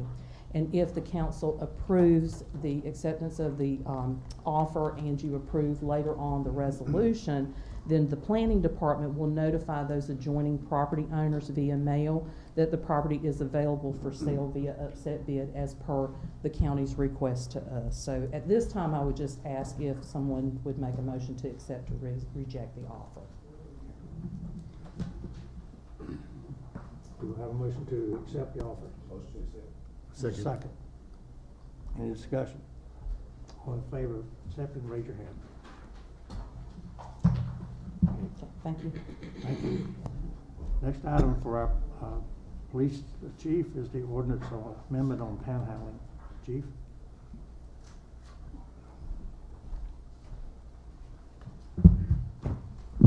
Good evening, Mayor and council members. Item J on the consent agenda is an ordinance amendment reference to panhandling. The City of Goldsboro Code of Ordinance, Title 9, Chapter 96, Nuisances, contain rules and regulations regarding nuisances within the city. Section 96.12, aggressive panhandling prohibited on city streets, sidewalks, and other public places, provides regulations for aggressive panhandling within the city. The current definitions do not clearly differentiate between panhandling and aggressive panhandling, nor have prohibited areas been clearly defined. This has created confusion regarding enforcement actions. Additionally, enforcement actions have been hindered due to the difficulty of identifying and notifying individuals, tracking ordinance violations, and identifying repeat offenders.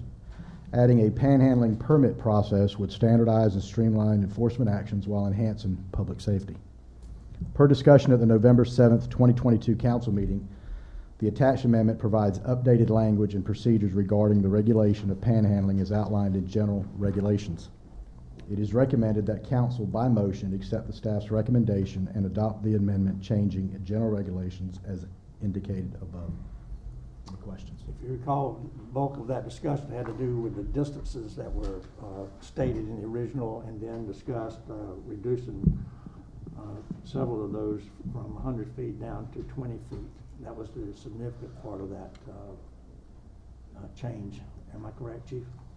You are correct. That, and it clearly, it gives a little bit of a better definition of what aggressive panhandling Correct. is, which prohibits, and then it also defines Any cleaner questions? as far as panhandling. Any questions? Okay, Chief. Thank you, sir. Next item is a resolution on radio telemetry upgrade. Telemetry is the way you pronounce it, I believe. Good Telemetry. morning, or good afternoon, Mayor and Council. How are you doing today? Good. I have a slew of stuff here. So, the first one will be the resolution for a radio telemetry upgrade project, phase 3, for $316,388. The city of Goldsboro contracted CITI in May of 2020 to conduct a 3-phase project to improve and upgrade the existing telemetry system that we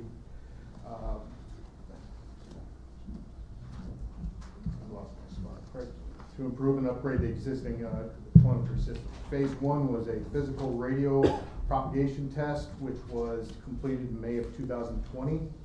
Phase 2 was a setup fiber optic networks for 4 water tanks and was completed in June of 2021. Phase 3 is the upgrading the telemetry system, to which needs to be completed, so all telemetry systems will be brought up to date. The final phase of the project, CITI will install equipment at 2 water elevated tanks as data collectors to reach the remote sites around the city. They will also be replacing the obsolete radios equipment located at the lift stations near those water elevated tanks.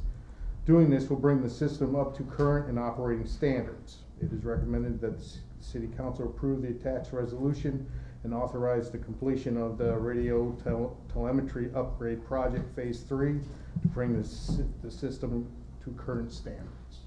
Any questions? If not, we'll go to item L, sir. Resolution to contract to proceed with New Hope bar screen upgrade project, $335,400. The city of Goldsboro owns and operates 1 bar screen at New Hope lift station. The lift station was put into service in 1993. The bar screen is the original equipment for that station. With 29 years of operational use, the bar screen has exceeded its operational life expectancy. The purpose of the work would consist of removing the existing bar screen at New Hope lift station and replacing it with a new bar screen. This project was published as a formal bid 2022-004. Bids were received until 2 p.m. on 9/22/22. Laughlin Sutton Construction Company was the lowest bid for the New Hope bar screen replacement. It is recommended the city adopt the attachment resolution authorizing the city manager to execute the contract in the amount of $335,400 with Laughlin and Sutton Construction Company to remove and install a new bar screen at New Hope lift station. Any questions? If not, we'll go to item M. Resolution to contract to proceed with the water reclamation facility bulk storage tank project for $118,450. The city of Goldsboro owns and operates 2 10,000-gallon chemical storage tanks at the water reclamation facility. 1 10,000-gallon sodium hypochlorite tank was installed in the year 2000, and the other 10,000-gallon caustic soda tank was installed in 1993. The caustic soda tank has met the operational life expectancy and needs to be replaced. The purpose of the work consists of removing the existing 10,000-gallon tank, caustic tank, and associated plumbing and replacing it with a new 10,000-gallon chemical bulk storage tank associated with chemical feed lines. The project was published as an informal bid 2022 2022-015. Bids were received until 2 p.m. on 7/22/22. Dellinger Inc. was the lowest bid for the bulk chemical storage tanks replacement. It is recommended that the City Council adopt the attached resolution authorizing the city manager to execute the contract in the amount of $118,450 with Dellinger Inc. to remove the existing caustic tank and install a new replacement bulk storage tank. I do have one question on this. Yes, sir. one. That bid is 6 months old, so Yes, sir. is that a current price? Yes, yes, sir. Okay, good, thank you. Any other questions? If not, we move to item N. Resolution to automatic transfer switch for the water treatment plant upgrade project, $240,905. An automatic transfer switch for the Neuse River Pump Station upgrade project, $90,365.95. And the Westbrook Pump Station generator system upgrade project for $794,571. The City of Goldsboro owns and operates one automatic transfer switch at the Neuse River Pump Station and one automatic transfer switch at the water treatment facility. These ATSs at the facilities assist in transferring power from commercial power to generator power during power outages. This keeps equipment operable at the designated facilities during the power losses situations. The City of Goldsboro owns and operates one generator at the Westbrook Pump Station. Westbrook Pump Station is the main wastewater pump station for the City of Goldsboro. The generator maintains power to the facility during power outages. The generator was installed in 1994. The automatic transfer switches for the water plant and the Neuse River Pump Station are in poor condition and need of a replacement, and the Westbrook generator has exceeded its life expectancy. These items need to be replaced to keep the crucial facilities operational.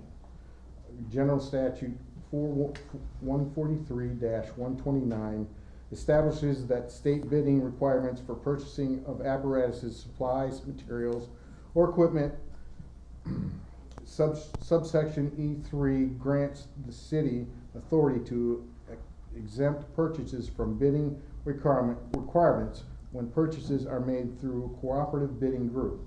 Sourcewell is the such group, and Gregory Poole is the local dealer for Sourcewell Contracting, contract number 120617-CAT. It is recommended that the City Council adopt the attached resolution to purchase and install the automatic transfer switch for the water treatment facility, the automatic transfer switch for the Neuse River Pump Station, and Westbrook Pump Station generator. Any questions? Bert, all these Yes. things have been budgeted already, right? Yes, ma'am. Okay. Yeah, these were in our CIP earlier. Yes, sir. Okay, we'll move to your last item, item O. You got a drink of water? No, just kidding. And to intend to purchase using procurement exceptions. The City of Goldsboro owns and operates 4 sand filters used at the water reclamation facility. These sand filters further filter the water that has been discharged from the clarifiers in the waste treatment plant process. They are crucial to the treatment process. Sand filter number 2's under drain system has failed and now is in need of repair. Mixing this system with other manufacturers' products will not be possible as the parts are incompatible. These sand filters are manufactured by Aqua Aerobics System Inc., and the parts and services needed to rebuild the sand filter number 2 will be purchased directly from the manufacturer. General Statute 143-129 establishes the state bidding requirement for purchases of apparatuses, supplies, materials, or equipment.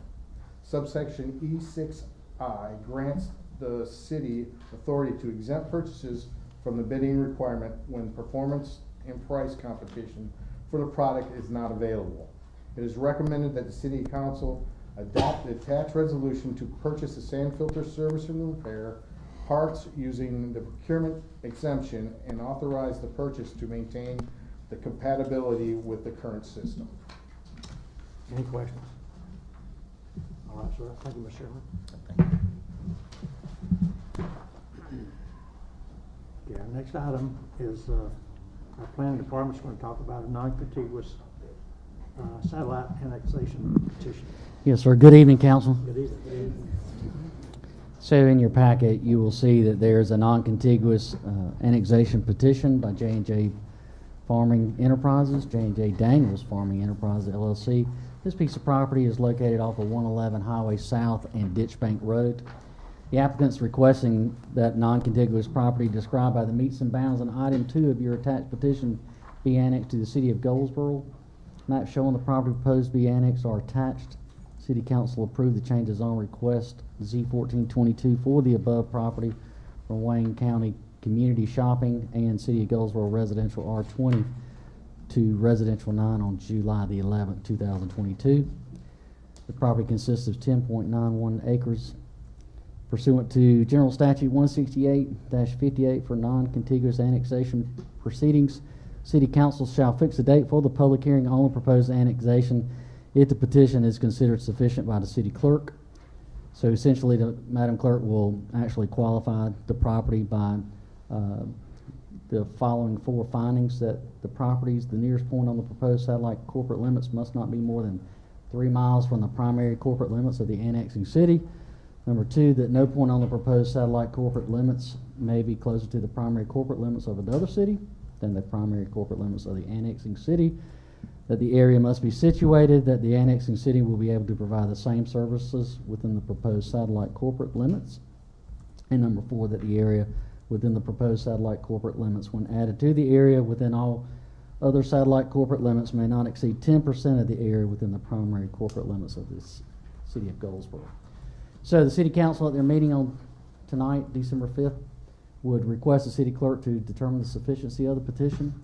If the petition is sufficient, the public hearing will be scheduled and a report will be prepared by the planning department in conjunction with other city departments for submission to the council. So again, Mayor, we're just going to be asking for a motion that the city clerk examine the annexation petition to determine its sufficiency when that time comes. Any questions? If not, we'll move to the next item we're planning. Yes, sir. Mayor, council, the next 3 items, special use 13, special use 14, and special use 15, are all special use permits that council approved at their last council meeting in November.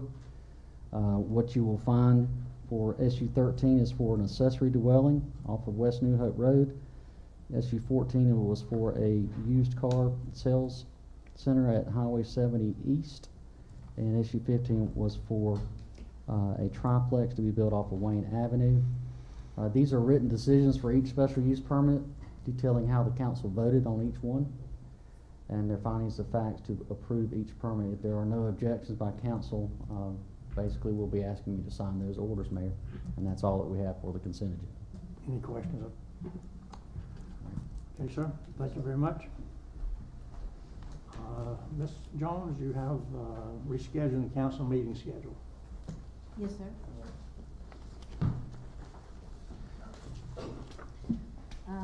Yes, sir.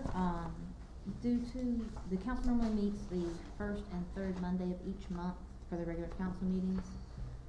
Due to holidays, some of those meetings need to be rescheduled.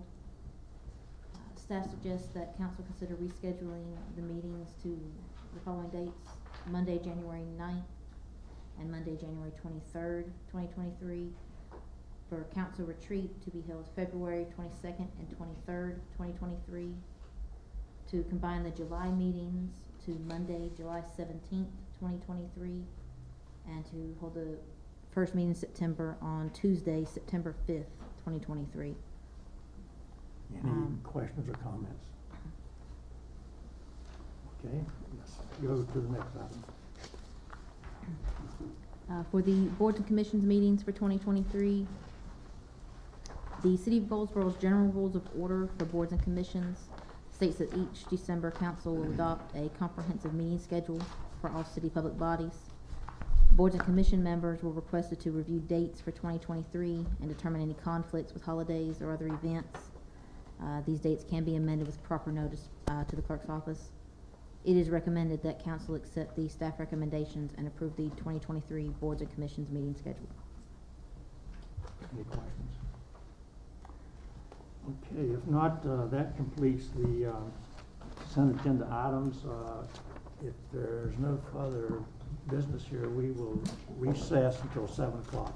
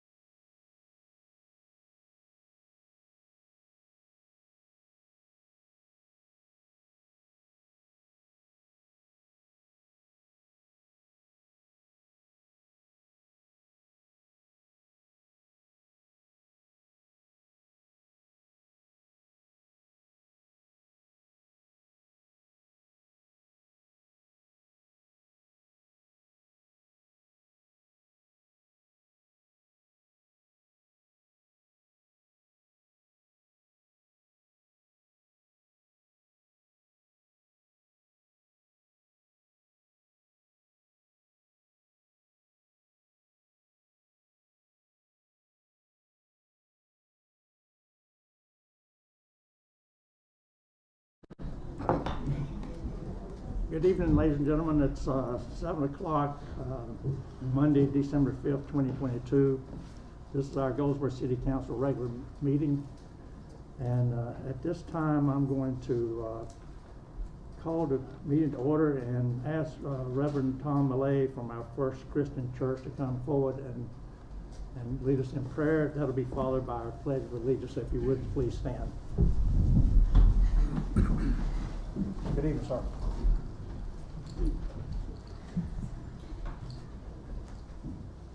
Let us pray. God and Creator of us all, we come to you with thanksgiving this night. Grateful that we are here, that we're alive, and that we can share fellowship in this room together. We pray this night that you would give wisdom and insight to the council members here.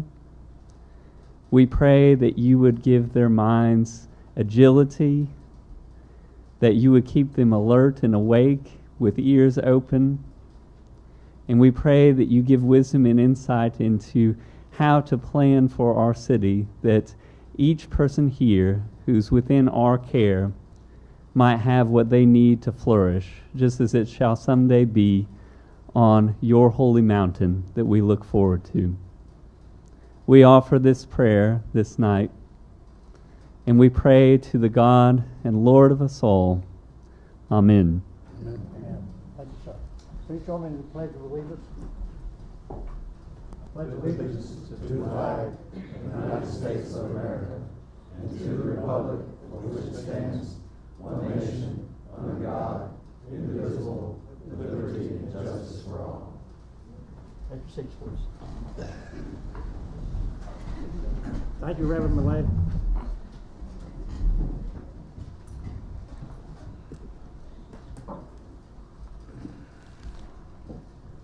Okay, Madam Clerk, if you call the roll, please. Mayor Ham, Yes. Mayor Pro Tem Polak, Present. Councilwoman Jones. Here. Councilwoman Matthews, Present. Councilman Gaylor, Present. Councilman Batts. Here. Okay, we're all here except Councilman Broadway, who is a little under the weather tonight, and called in and said he apologized but could not make it. We'll go forward then with the approval of the minutes of the work and regular meeting of November 21, 22. Is there a motion to approve the minutes of the work session and regular meeting of November 21? So moved. Is there a second? Any discussion? All in favor of approval, please signify by raising your hand. Okay, we have a very special guest in our house tonight, and I have two special people actually, and one is going to present to the other. So I'm going to this time call Dr. Smith come forward, our distinguished representative.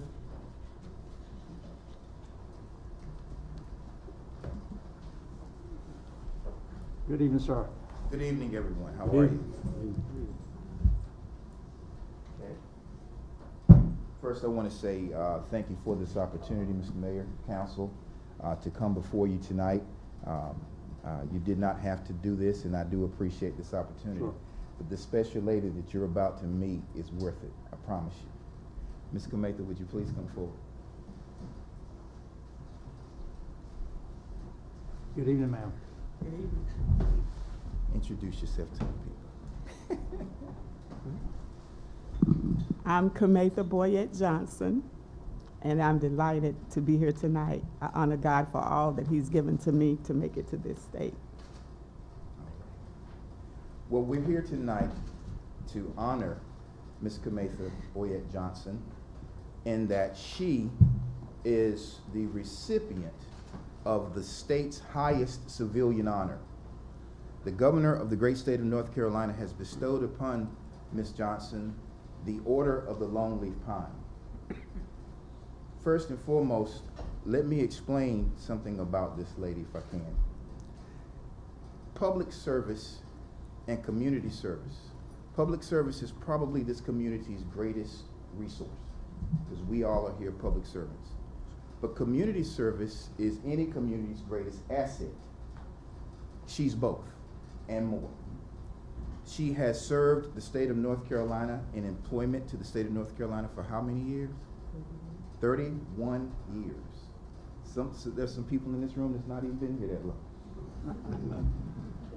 And in her entire life, she's been in community service. Her resume reads like a who's who. She's a member of every organization that you can imagine that provides community service. And for that, she has been bestowed this great honor.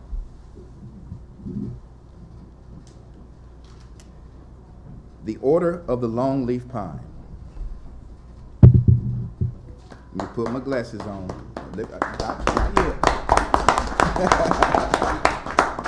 Let me put my glasses on. I got a few years on me, Taj. Sir, normally when we do these, we face the audience so that they can see Yes, this. absolutely. State of North Carolina, Roy Cooper, Governor.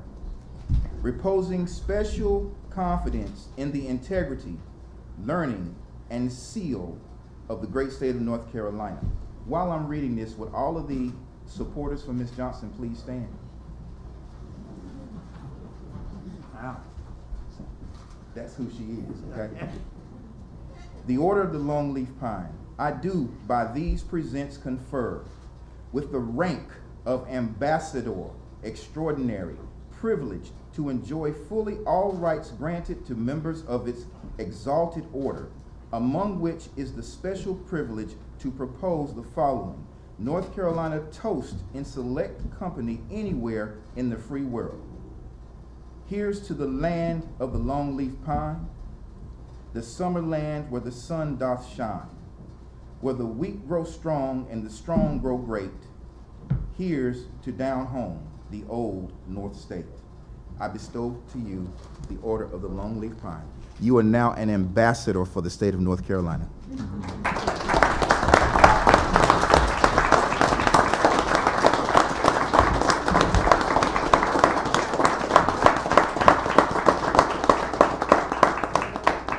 Ms. Johnson, it's customary that you speak. Do you mind, if I didn't get a picture of you and her? Oh, like I wanted absolutely, to? absolutely. You mind? Not at all. Thank you, thank you. I don't want to hold up too much time, but. Thank you. I like to get one as well. Okay, come on around here.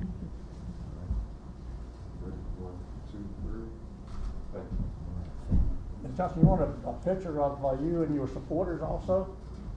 That would be great. Y'all want to come on up? Come on up, everybody. We're gonna, and we'll take some more in the conference room if you don't mind.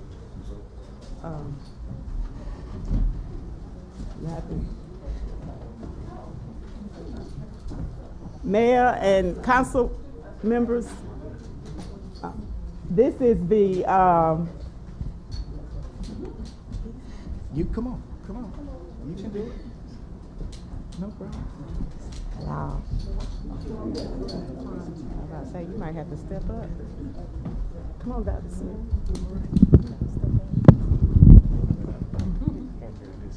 Okay, we'll do.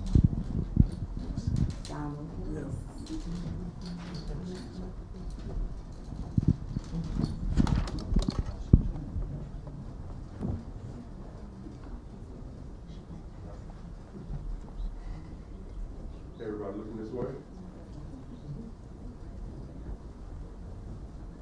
Everybody looking right here? Ready? 1, 2, 3. I'll put another one looking right here. Ready? 1, 2, 3.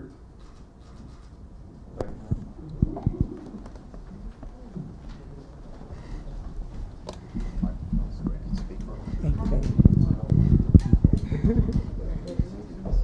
Thank you, baby.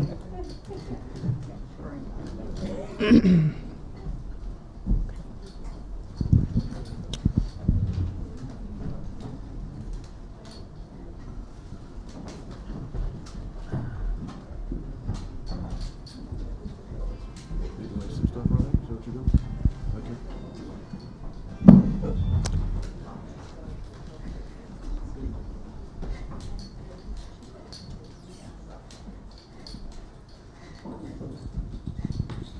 Can you hear me? Yes. Is it working? Yes. Okay.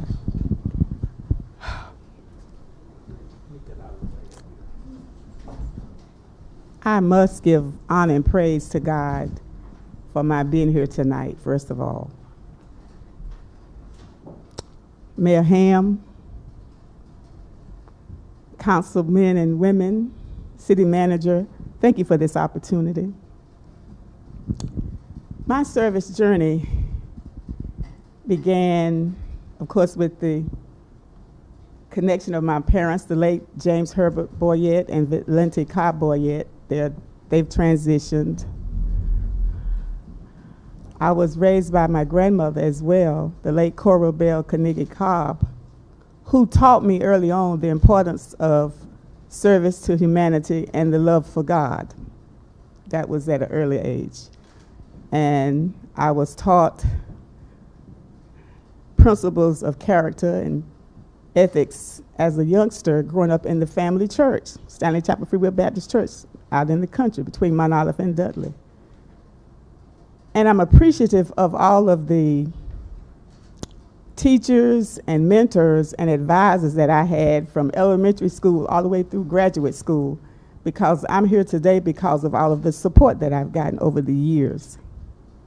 My career began at Wages. Wages has a very special place in my heart because it was Wages that I got my first job as a youth corps counselor.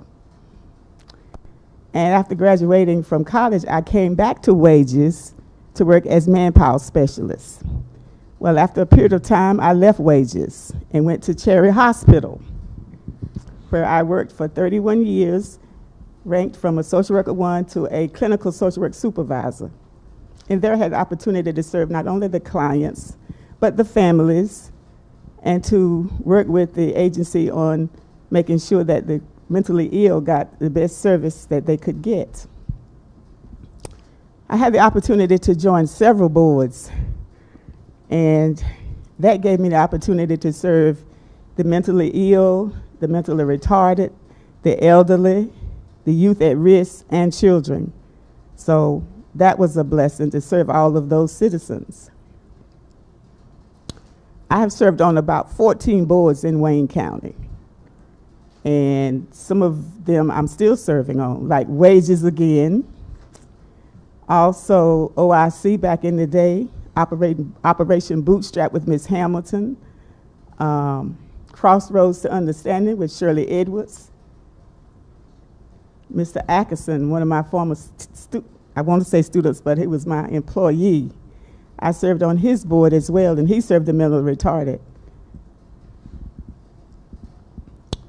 My journey has been one of educational, rewarding, and sometimes challenging, but I'm grateful. So, while serving in various capacities on various boards and in the community, I became a member of Continental Societies Incorporated.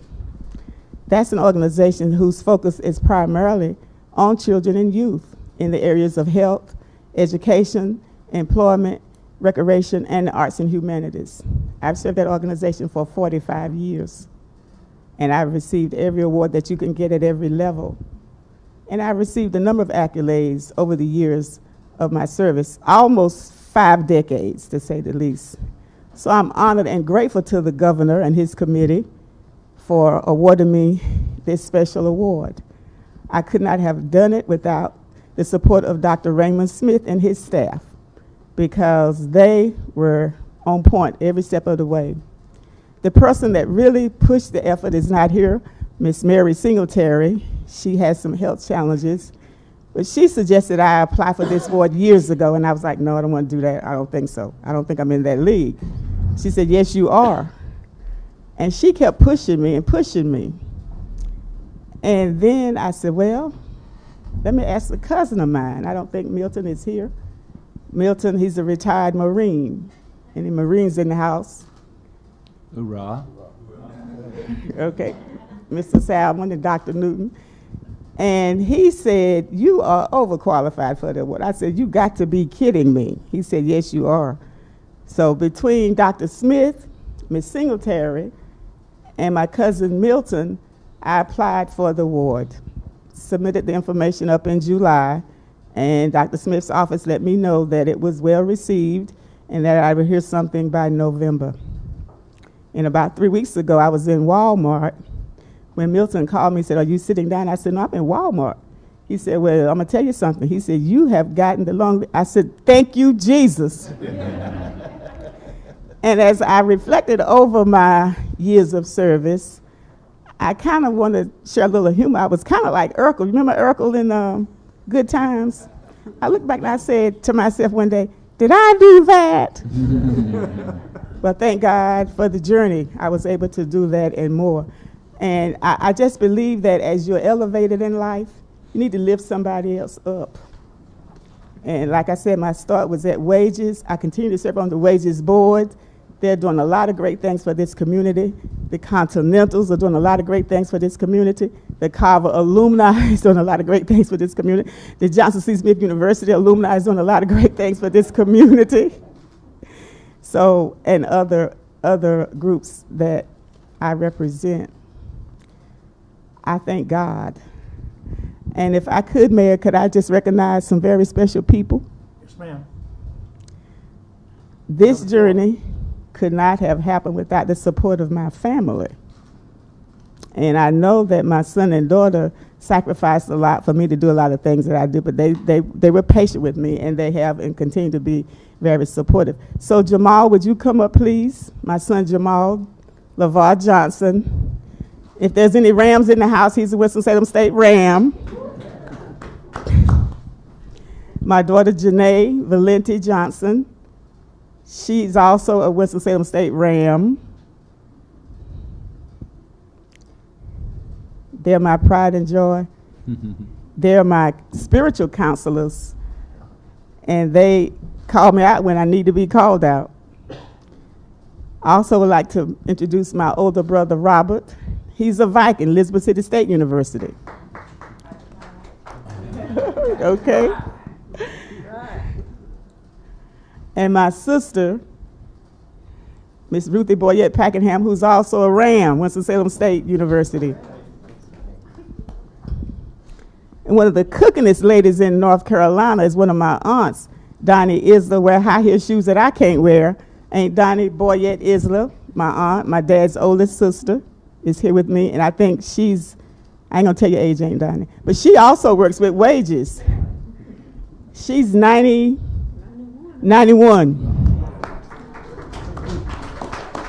She's 91. My Aunt Queen is back there. Aunt Queen, would you come on up, please?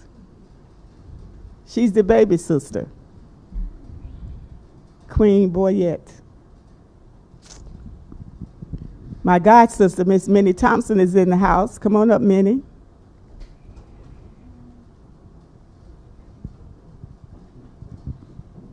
My daughter-in-law, Cassandra, my son has young children. He has Makai, who's almost 4, and Avery, who's 5 months today. So 4 months today. And so the mother, Cassandra, my daughter-in-law, is at home with them. But her mother is here, Miss Kay Jones. Come on up, baby.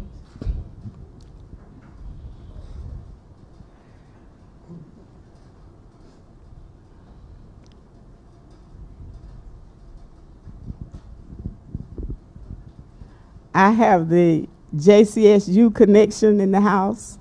Miss Adams, who taught my children, and she is reason that we have an alumni chapter. Miss Adams, come on up. And Cheryl McCullough Davis, come on up. JCSU in the house. Y'all want to stand? Okay, that's fine. Okay, we have Carver alumni in the house. My national president, Dr. J. Jerome Newton, would you come on up, please?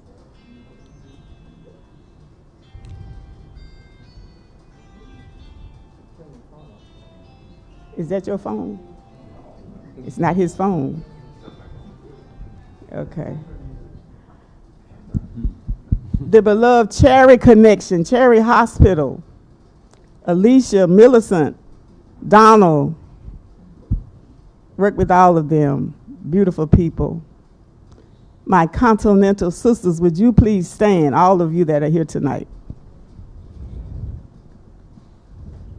Bernice, Robin, Yolanda, Cheryl again, and another Cheryl. Okay. And of course, Council Lady Hawatha Jones, who is our chapter president at this time. I can only say that I am grateful to God for this opportunity and for this award. And I would just encourage everybody that as you climb the ladder of success, lift somebody else up with you. Do that. And with all that's said and done, ultimately, I want to say, to God be the glory for all of it. Thank you very much. Amen.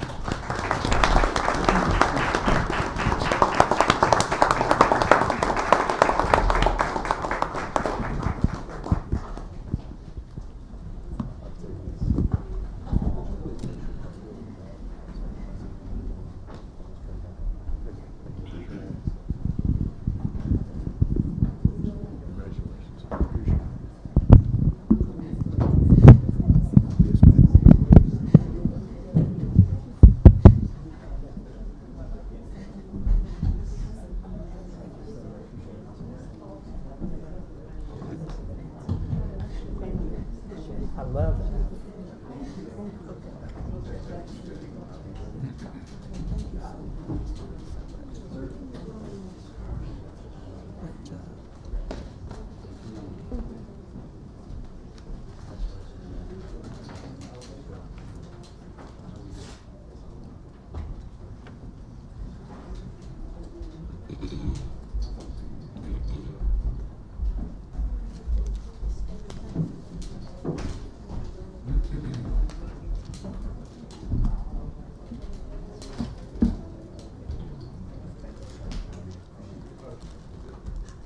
I'm gonna go home and watch y'all on TV now.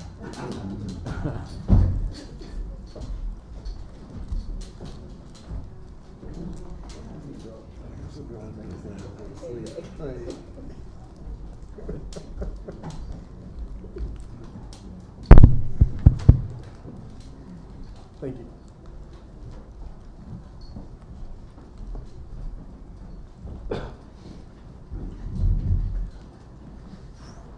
Laura.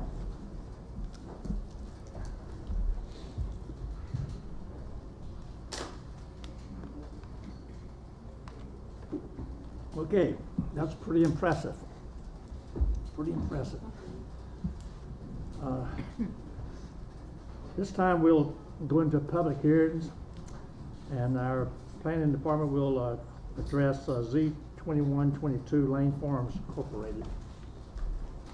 Good evening, sir. Yes, sir. Good evening, Mayor, Council. Tonight, we have 5 public hearings in front of you, 4 rezonings and 1 non-contiguous annexation petition. We'll start with the first one, Z2122.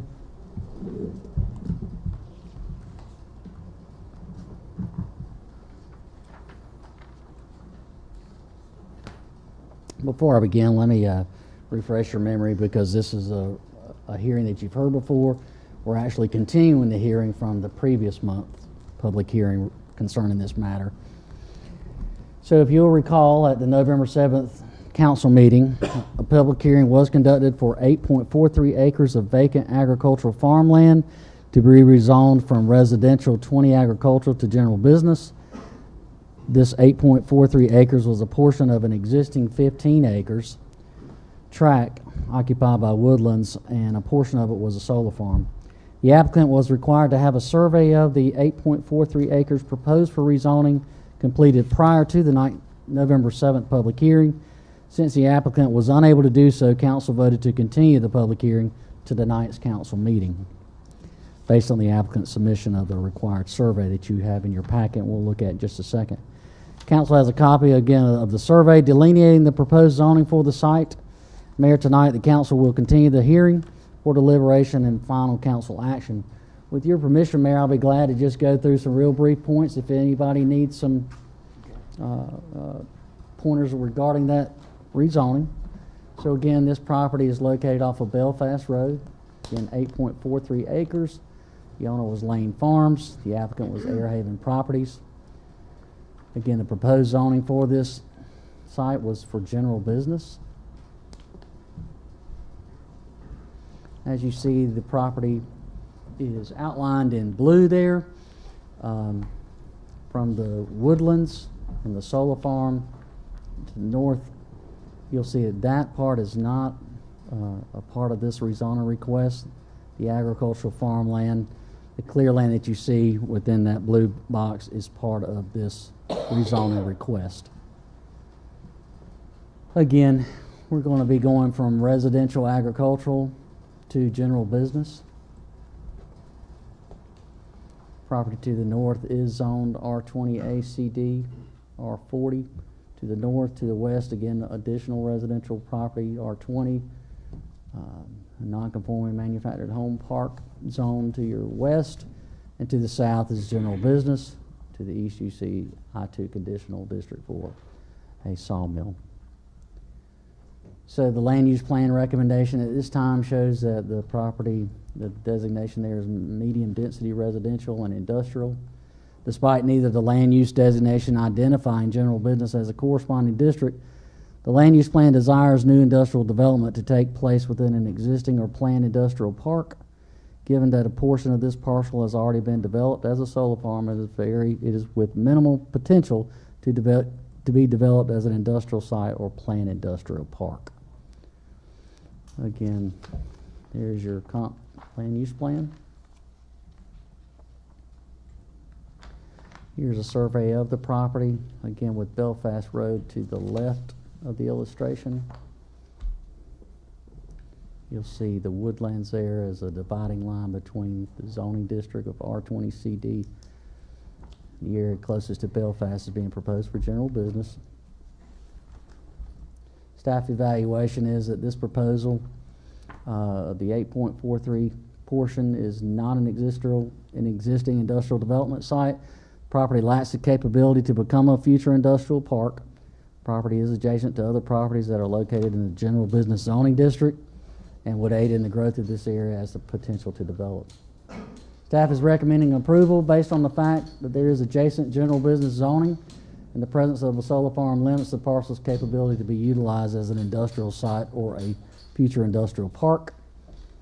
Planning Commission voted to adopt a consistency statement and recommended approval to City Council for the proposed rezoning. The vote was 5-0.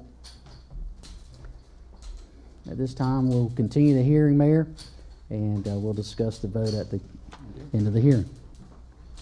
Okay, this is a public hearing for rezoning of the Lanes Foreign property. Anyone wishing to come forward and speak for or against, please do so at this time. Anyone wishing to speak? Yes, sir. You'll state your name, please. Good evening, Mayor and Council members. My name is Tim Simpson. My address is 108 Riverbend Place in Goldsboro.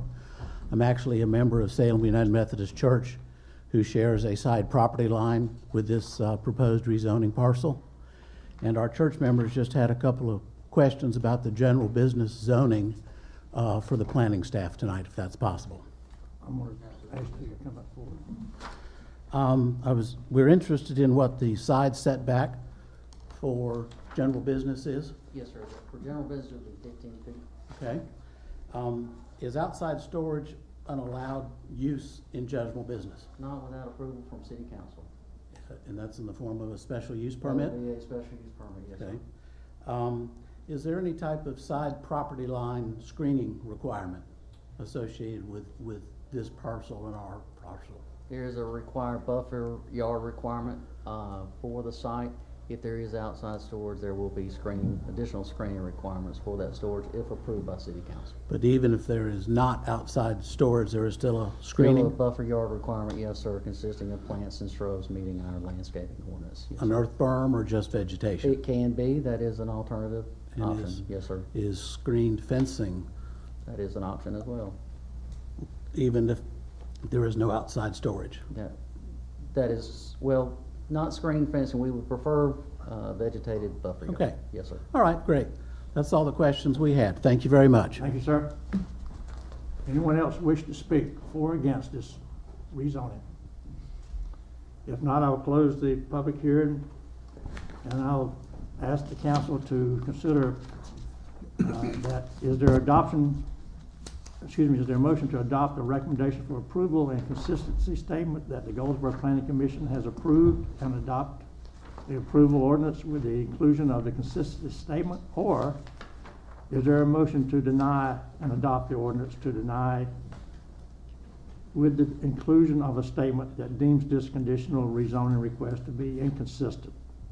I make a motion to adopt the recommendation for approval, consistency statement that the Goldsboro Planning Commission has provided, and adopt the approved ordinance with the inclusion of the consistency statement. Is there a second? Second. Motion's been made and seconded. Any discussion? If not, all in favor, please show by raising your hand. Okay. All right, we'll move to the next item. Z 2322, Wayne County Government Complex. Yes, sir. So again, our second rezoning request by the County of Wayne off of Westman. Let's see, that was the wrong County of Wayne. This is actually off of Corporate Drive and the intersection of 4th Street and Stronach Avenue. Property consists of 31.84 acres, 9 parcels at this time. Current zoning is general industry, highway business, office and institutional 1, and residential 9. The proposed zoning is for office and institutional 2. Land use designation at this time is office and institutional, commercial, industrial, and medium density residential. Again, the applicant is requesting a general rezoning to the office and institutional 2 zoning district. Looking at the monitor, you'll see the parameters of the property. The parcels in front of you again off of Corporate Drive to the north. You'll see Cleveland Street to your west with our Public Works complex directly across the street. Again, you'll see Humphrey Street to the south, adjacent to some of our existing county facilities. Again, the zoning for the property currently is general industry with a mix of highway business and office and institutional and residential. Proposed zoning is for office and institutional. This office and institutional district is established to provide for development of municipal service sites to serve the city and the surrounding community. As you'll see, the I-2 General Industry Zoning District comprises a majority of the property. You'll see highway business to the north, O&I to the east, general industry to the west, and residential 9 to the south.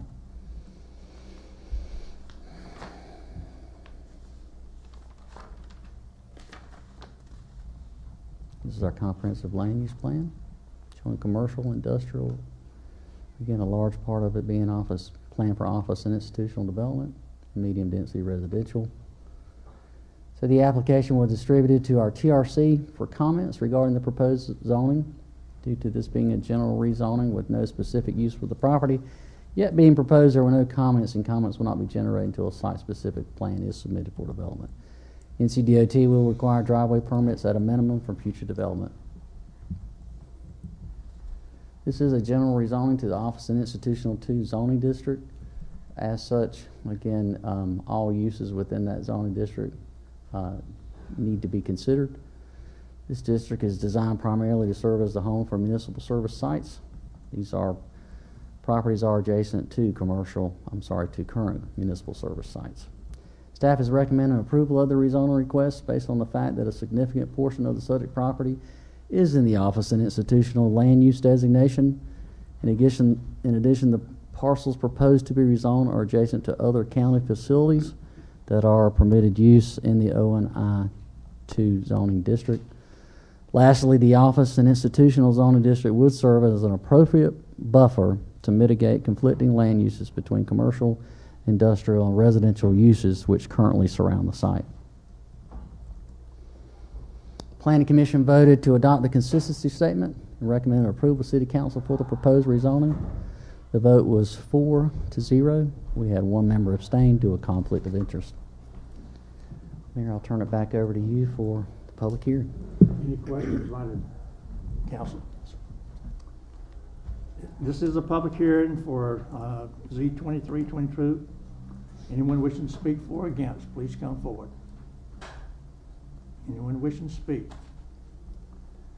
I see no one coming forward, so I'll close the public hearing, and I'll offer a motion to adopt the recommendation for approval and consistency statement that the Goldsboro Planning Commission has provided, and adopt the approval ordinance with the inclusion of the consistency statement, or a motion to deny and adopt the ordinance to deny with the inclusion of a statement that deems this conditional rezoning request to be inconsistent. Do I have a motion? Mayor, I move to adopt the recommendation for approval and the consistency statement that the Goldsboro Planning Commission has provided, and adopt the approval ordinance with the inclusion of the consistency statement. Is there a second? Second. Motion's made and second. Any discussion? All in favor, please do so by raising your hand, or show by raising your hand. I think we have a consensus of adoption there. Thank you. The next item is Z2422 Sport Dust Automobile Dealership. Yes, sir. Sport Durst Auto Dealership zoning request. This property is located off of McLean Street. 2 individual properties totaling of 10.08 acres. Owner is HCM Properties of Goldsboro. The applicant is Mr. Stephen Sutton. Current zoning of the property at this time, one parcel is a shopping center and the other is industrial business park. The proposed zoning for the 2 parcels is general business zoning. Land use designation is commercial industrial. Again, the applicant's requesting a rezoning from shopping center and industrial business park to general business. Those are the 2 properties. Just east of the Kia dealership there off of McLean Street. The general business zoning district is established to, again, accommodate the widest range of uses, providing general goods and services to the community. As you'll see, the zoning districts currently. Land use recommendation shows that one parcel is located in the commercial land use designation, the other is located in the industrial land use designation. Despite one of the parcels not falling within the commercial land use designation, which identifies general business as a preferred zoning district, the proposed rezoning would not be inconsistent with the current land use trend or the zoning that is present on properties adjacent to the subject parcels. As you see here in the red box, one is land use designation is commercial, the other is industrial. Application again was distributed to TRC for comments. This is a proposal to rezone approximately 10 acres from shopping center industrial business park to general business. The proposed general business zoning district is not out of character with the development trends and zoning of adjacent properties. Staff is recommending approval of the rezoning request based on the fact that the proposed general business zoning district is identified as a corresponding zoning district for the commercial land use designation, which occupies one of the subject properties, despite the fact that the other parcel falls within the industrial designation and that general business does not correspond with this designation. There are adjacent properties zoned general business, and this zoning would be in harmony with the current development trends in the area. Planning Commission voted to adopt a consistency statement and recommended approval to City Council for the proposed zoning. The vote was 5-0. And Mayor, I'll turn it back over to you for the public hearing. Thank you. Does the council have any questions or comments on this proposal? If not, I'll open this matter to public hearing. Is there anyone wishing to speak for or against this rezoning? Anyone wishing to speak for or against? If not, I'll close the public hearing, and I'll ask if there's a motion to adopt the recommendation for approval and consistency statement that the Goldsboro Planning Commission has provided, and adopt the approval ordinance with the inclusion of the consistency statement, or is there a motion to deny and adopt the ordinance to deny with the inclusion of a statement that deems this conditional rezoning request to be inconsistent? Motion to adopt the recommendation for approval and consistency statement that the Goldsboro Planning Commission has provided, and adopt the approval ordinance with the inclusion of the consistency statement. Is there a second? I'm sorry. You second? Okay. Ms. Jones second. Any discussion? There be no discussion.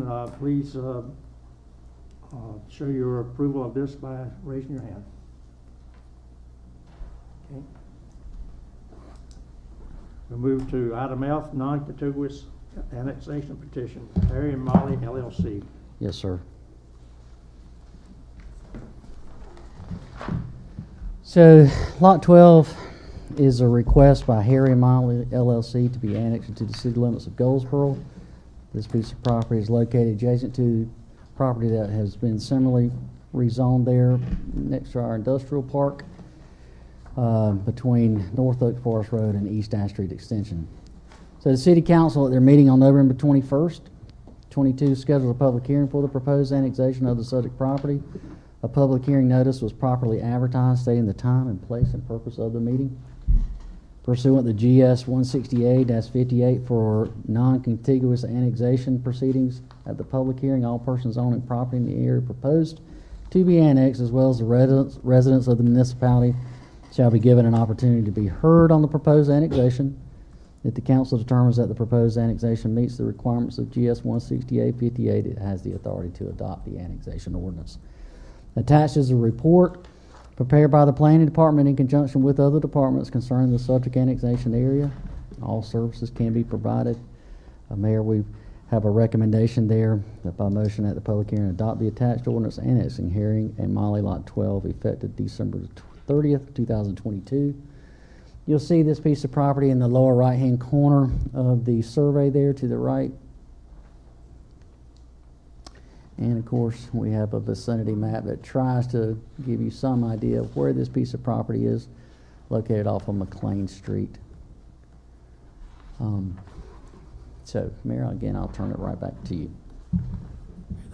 Thank you. This is a public hearing for the annexation matter. Anyone wishing to speak for or against, please come forward. Anyone wishing to speak? I see no one rising, so I'll close the public hearing. Is there a motion to adopt the ordinance for this non-contiguous annexation? So moved. Is there a second? Second. Motion's made and seconded. Any discussion? All in favor, please signify by raising your hand. Okay. Next item is Z2522, Harry and Molly LLC. Yes, sir. Mayor, so we had an application for a rezoning request for 175 acres, again located in the general vicinity of the last rezoning request off of McLean Street. This tract of property is located adjacent to the industrial business park. The current zoning was shopping center, industrial business park. The proposed zoning was general business. The land use designation again was industrial and conservation. The applicant was requesting a rezoning from shopping center, industrial business park to general business. As of 3 o'clock this afternoon, we had an email from the applicant asking that the rezoning request be withdrawn from the rezoning process this evening. And I wanted just to give you some information. The applicant's attorney states here in the email that they have decided to withdraw the application for Harry and Molly's scheduled for tonight. We would like to file an amendment version as soon as we can. We kindly ask that the city waive the 6-month application period for rezoning the tract in the future. So again, I wanted to give you a little bit of information. An application for rezoning may be withdrawn from City Council if it is approved by City Council at the scheduled public hearing. According to the city's UDO, if the application is withdrawn, a new application may not be submitted until the expiration of 6 months from withdrawal unless the City Council waives the 6 months period.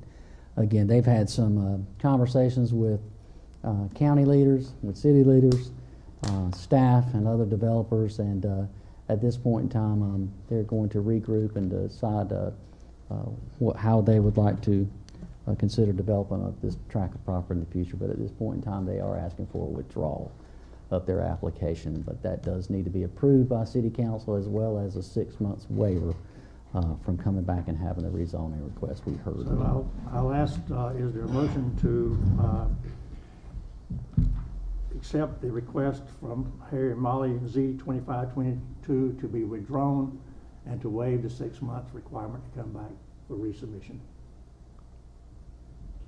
That's the motion. Should we separate those things? Should we separate? You don't have to unless somebody's Our lawyers, away in different parts of it.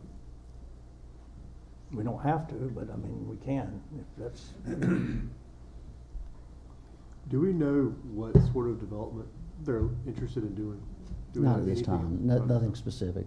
Concept plan was presented to staff for review, but again, that plan was just a concept only, did not authorize any improvements to the property. But again, at that time should come, we will have to require those site plan submittals for review and approval.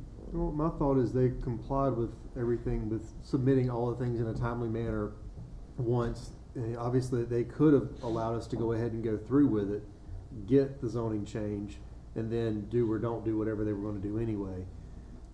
I don't really have any major heartburn with waiving the 6 month and allowing them to come back and effectively ask for the same thing that they could have gotten tonight anyway. And I have to assume that they'll be asking for a slightly different version of zoning, which is the whole point of withdrawing and amending.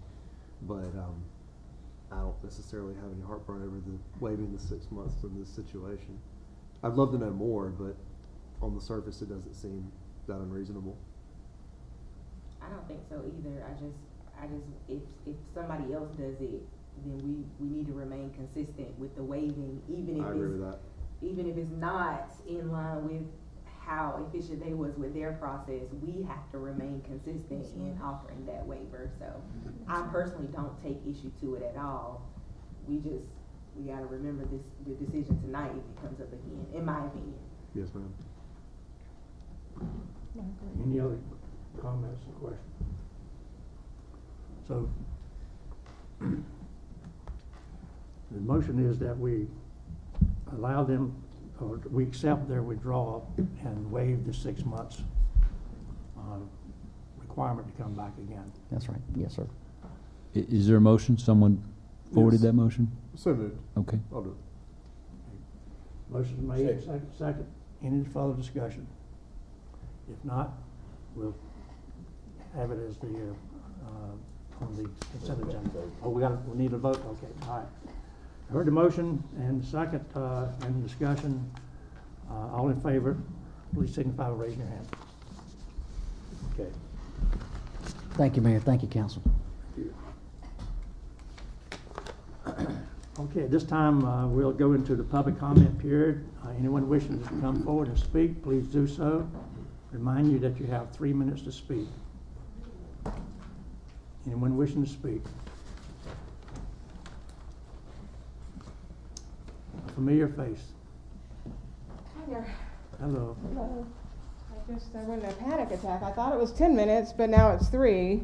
So, good evening, Council, Mayor, and all the council, City Attorney, City Manager. I'm just here to speak on behalf of the Commission. These are all my notes for our plans for the comprehensive plan. The agenda came out Friday, and so I'm not going to put together something really quickly to show that we are going to be doing our job. I'm just here to reiterate what we've spoken before. None of us pretend to have the experience that the city has put in place of all the commissions, the development, all that. We are here to say that we are a voice and an advisory commission, and we will gather the information. And so I initially was not going to come up here with my stack, but I just want you guys to be assured that we are sourcing the proper information to put together a framework for a comprehensive plan. So, for example, we are citing North Carolina legislation related to planning and development and regulation. We are reaching out to the Planning Commission online references, showing us how the framework of a comprehensive plan is put together, what resources are out there. Our goal right now is to think outside the box, right? Because everybody knows here that we have comprehensive plans online. There have been comprehensive plans put in place. The challenge has been with this city and a lot of other cities is sustainability and consistency. can we follow through with those plans that are put in place? Is there someone here that can make sure the 5-year, 10-year, et cetera, is finished? You know, so that's something we're looking at. We're also looking outside the box because Goldsboro has a lot to offer, right? We already know that. That's already been listed, correct? But I would like to offer something I have not heard mentioned, and that's a waypoint for the Beltway between Raleigh and between Charlotte. There is a group that's publishing information in regards to the value and the future dollars that those two organizations and those two cities are going to be bringing into industry. And I know that we are looking for our county and stuff to grow. I've reached out to this organization. They are on the map as two of the most influential and fastly growing cities because of what they're offering industry and housing development. If we can be a waypoint, which is the middle ground or somewhere in the middle, we are on that same beltway. So that is something that we can continue to discuss as far as Wayne County is concerned. I just want you to know that we are doing our due diligence. We are a very respectful commission. We are from different backgrounds. We don't necessarily agree with one another, so we have a lot to offer. You know, there's people on the commission that will put me in my place and don't have a problem doing it, and I will do the same. We have very passionate people on the commission that are like, what's going on here and what's going on here, you know. So I call him Angry Commission Guy, but I mean, we will have the same goal in mind. We can come together as a cohesive unit, make a presentation, put it together. We are serious, you know what I'm saying? So I just want you to know that we are here. You're going to see us all the time. We have spoken with Mr. Matt. Whittle. Right. And he was gracious. I mean, he was at our meeting for 2 hours, you know, and one of the council members showed up, and we respect that too, so that's great. But we have spoken with him outside for 2 hours, and we reached out to him again and spoke to him again. We have still not come on the same page. But we are open. The only challenge we have with that organization, with everything that they've done, is there's a lot of indiscrepancies, which could just mean we don't understand, correct? But the end note being that we think it's important to give everybody, including his organization, an opportunity to come forth and share their ideas. We are not open to the fact like you have to choose this organization and no other organization, and that was part of a recent presentation. So that's a concern to us. We think it's fair to open the door for everyone. Did I go over my time? Okay. Well, I'm going to say again, as I've said before, I'm really, really impressed with the enthusiasm and energy that you and your colleagues are bringing forth to that organization. And we really appreciate your support. We've spoken of that as well. So I just want you to know we're doing our due diligence and we're citing the right sources. So we're here for it. Thank you so much. All right, thank you. Anyone else wishing to speak? Anyone else wishing to speak? If not, I'll close the public comment period and we'll go to the consent agenda. We've heard the consent agenda items H through U. Is there a motion to approve those? So moved. Second. Motion second, made and second. Is there any further discussion? If not, Madam Deputy Clerk, please call the roll. Mayor Ham? Yes. Mayor Pro Tem Polak? Yes. Councilwoman Jones? Yes. Councilwoman Matthews? Yes. Councilman Gaylor? Yes. Councilman Bass? Here. Okay, the consent agenda items are approved. At this time, we'll move to items requiring individual action, and this will be the encroachment agreement for prior freedom missions, and I'll ask the city manager to speak to that, or deputy city manager. Thank you, Mr. Mayor, Council. Good evening.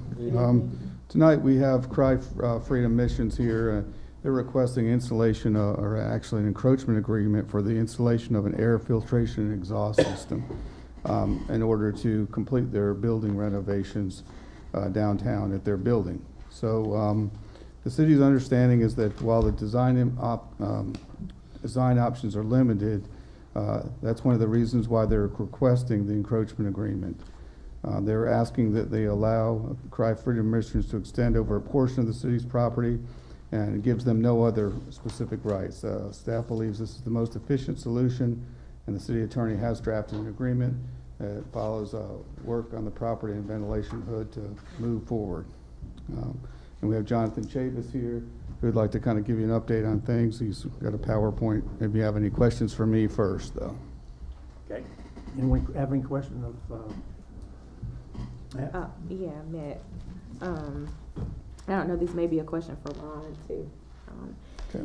As I was reading through the agreement, and I think all of us just received this tonight, so please bear with us as we go through it. On page 2, the city, we talked an awful lot about liability and responsibility and accountability, particularly with our nonprofits. But to me, I would like to know, where is the liability in this? And I don't know if it speaks to that in the 1, 2, 3, 4th paragraph on page 2.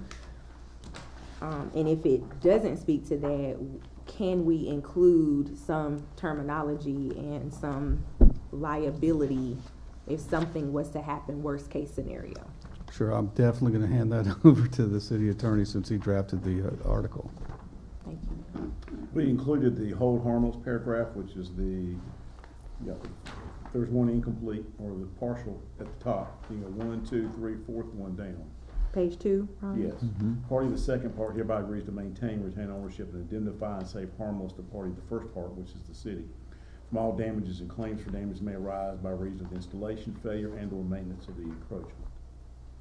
And so, and the party of the second part, first part will assume no responsibility for any damage may be caused to such facilities or equipment within the property of the city in carrying out the construction and maintenance operations.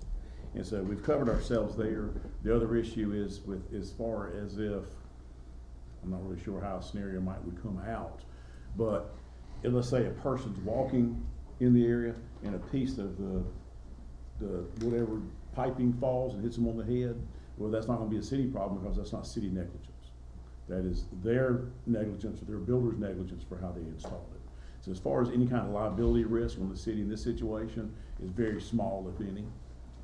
It's a whole lot different than the workers' comp thing that we've talked about before, because in that situation, if the person's deemed an employee because they're contracted to do work that a city employee could do or city department could do, then the city's on the hook to pay their workers' comp claim. So it's not the same as like a liability type claim, which is different than this. Okay.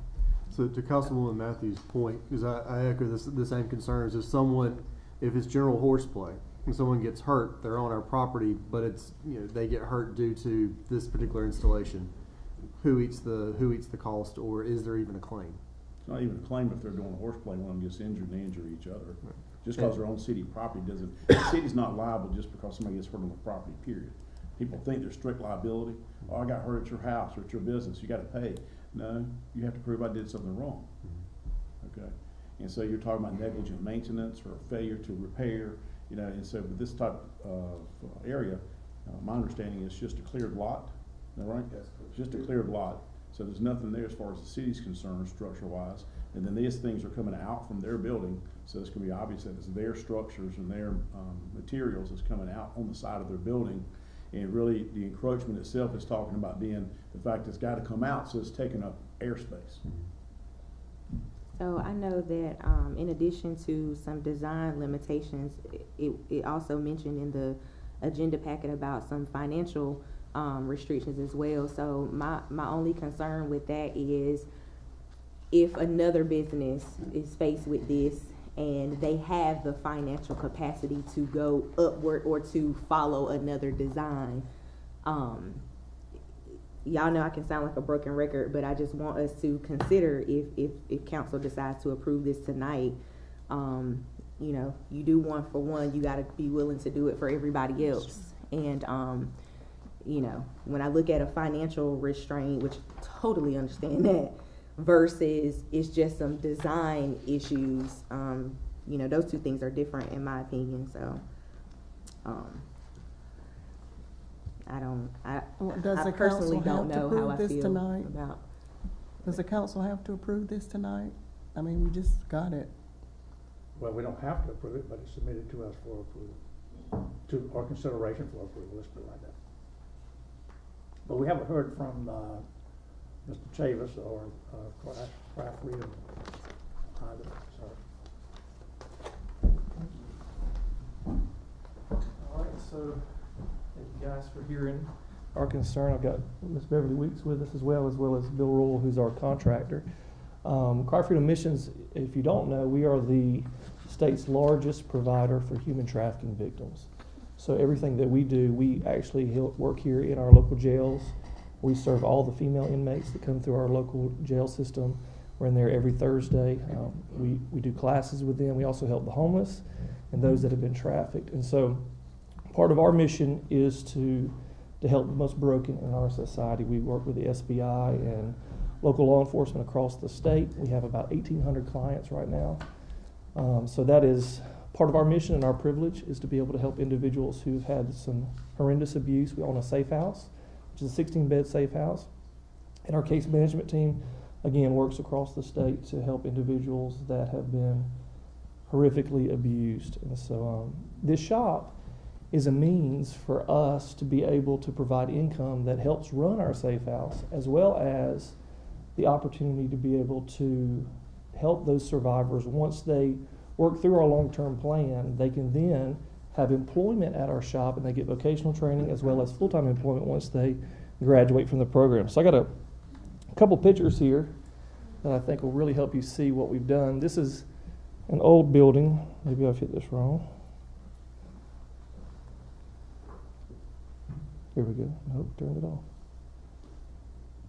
Can you tell me how we do this? You gotta move it the right way. Okay.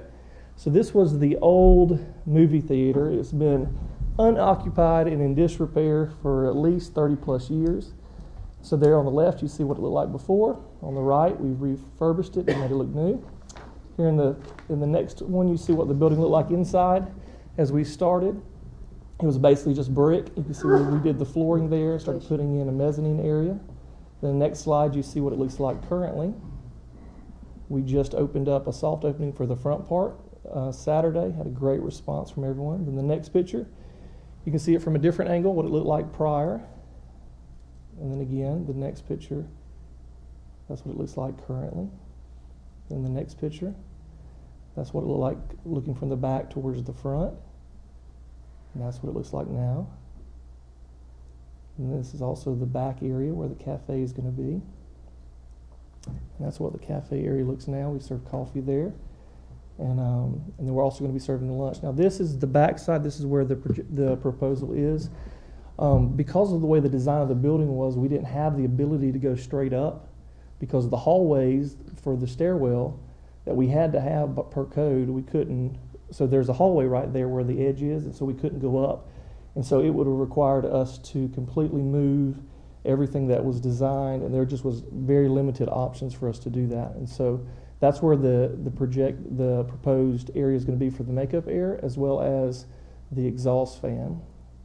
And this whole back area, you can kind of see that whole side of the building. We're going to repaint that, make it look new. It's going to look brand new on the back side. We're really into making the city look beautiful. We have people from all over the state and beyond the state that comes to downtown Goldsboro just for the purpose of shopping with us because of what we do for the state. And then that's the view from the parking lot. So we have a bunch of trash cans there. And so this is the actual proposed ductwork and the exhaust fan. And so it's going to cover basically an area of approximately 13 by 14 feet, a box. So you can kind of see what that looks like. Then the second, I think there's one more. And that shows you from the front view, it's going to be a 13 by 14 space. Then in the top one there, that's the side view. If you were looking down the side of the building, it's going to only be projecting out 3 feet up to the 10 feet mark. And then at the 10 feet mark, you'll see it come out approximately 6.5 feet where the exhaust fan will shoot out for the hood. All right? Any questions? Anyone have any questions on the presentation by Mr. Chavis? Can you go back real quick to the picture of the outlet property? Right on the back side there? Mm-hmm. Keep going right there. So the city owns the property, basically that little mini park there, if you will, behind those garbage bins. And then on the right, there's a different owner that owns from those turquoise doors down. And the outlets again would be behind the tree. We are also thinking about doing a corral for those dumpsters and we'll have to redesign that area potentially in the future, but obviously everyone would like to make it look as best as possible. And that's our desire as well, to make the place beautiful, so. Any questions? All right. I do. Yes. Are you the contractor? No, Who's the Bill contractor? Roll. Okay, it's quick for the contractor. Yes. Mr. Roll, come on up.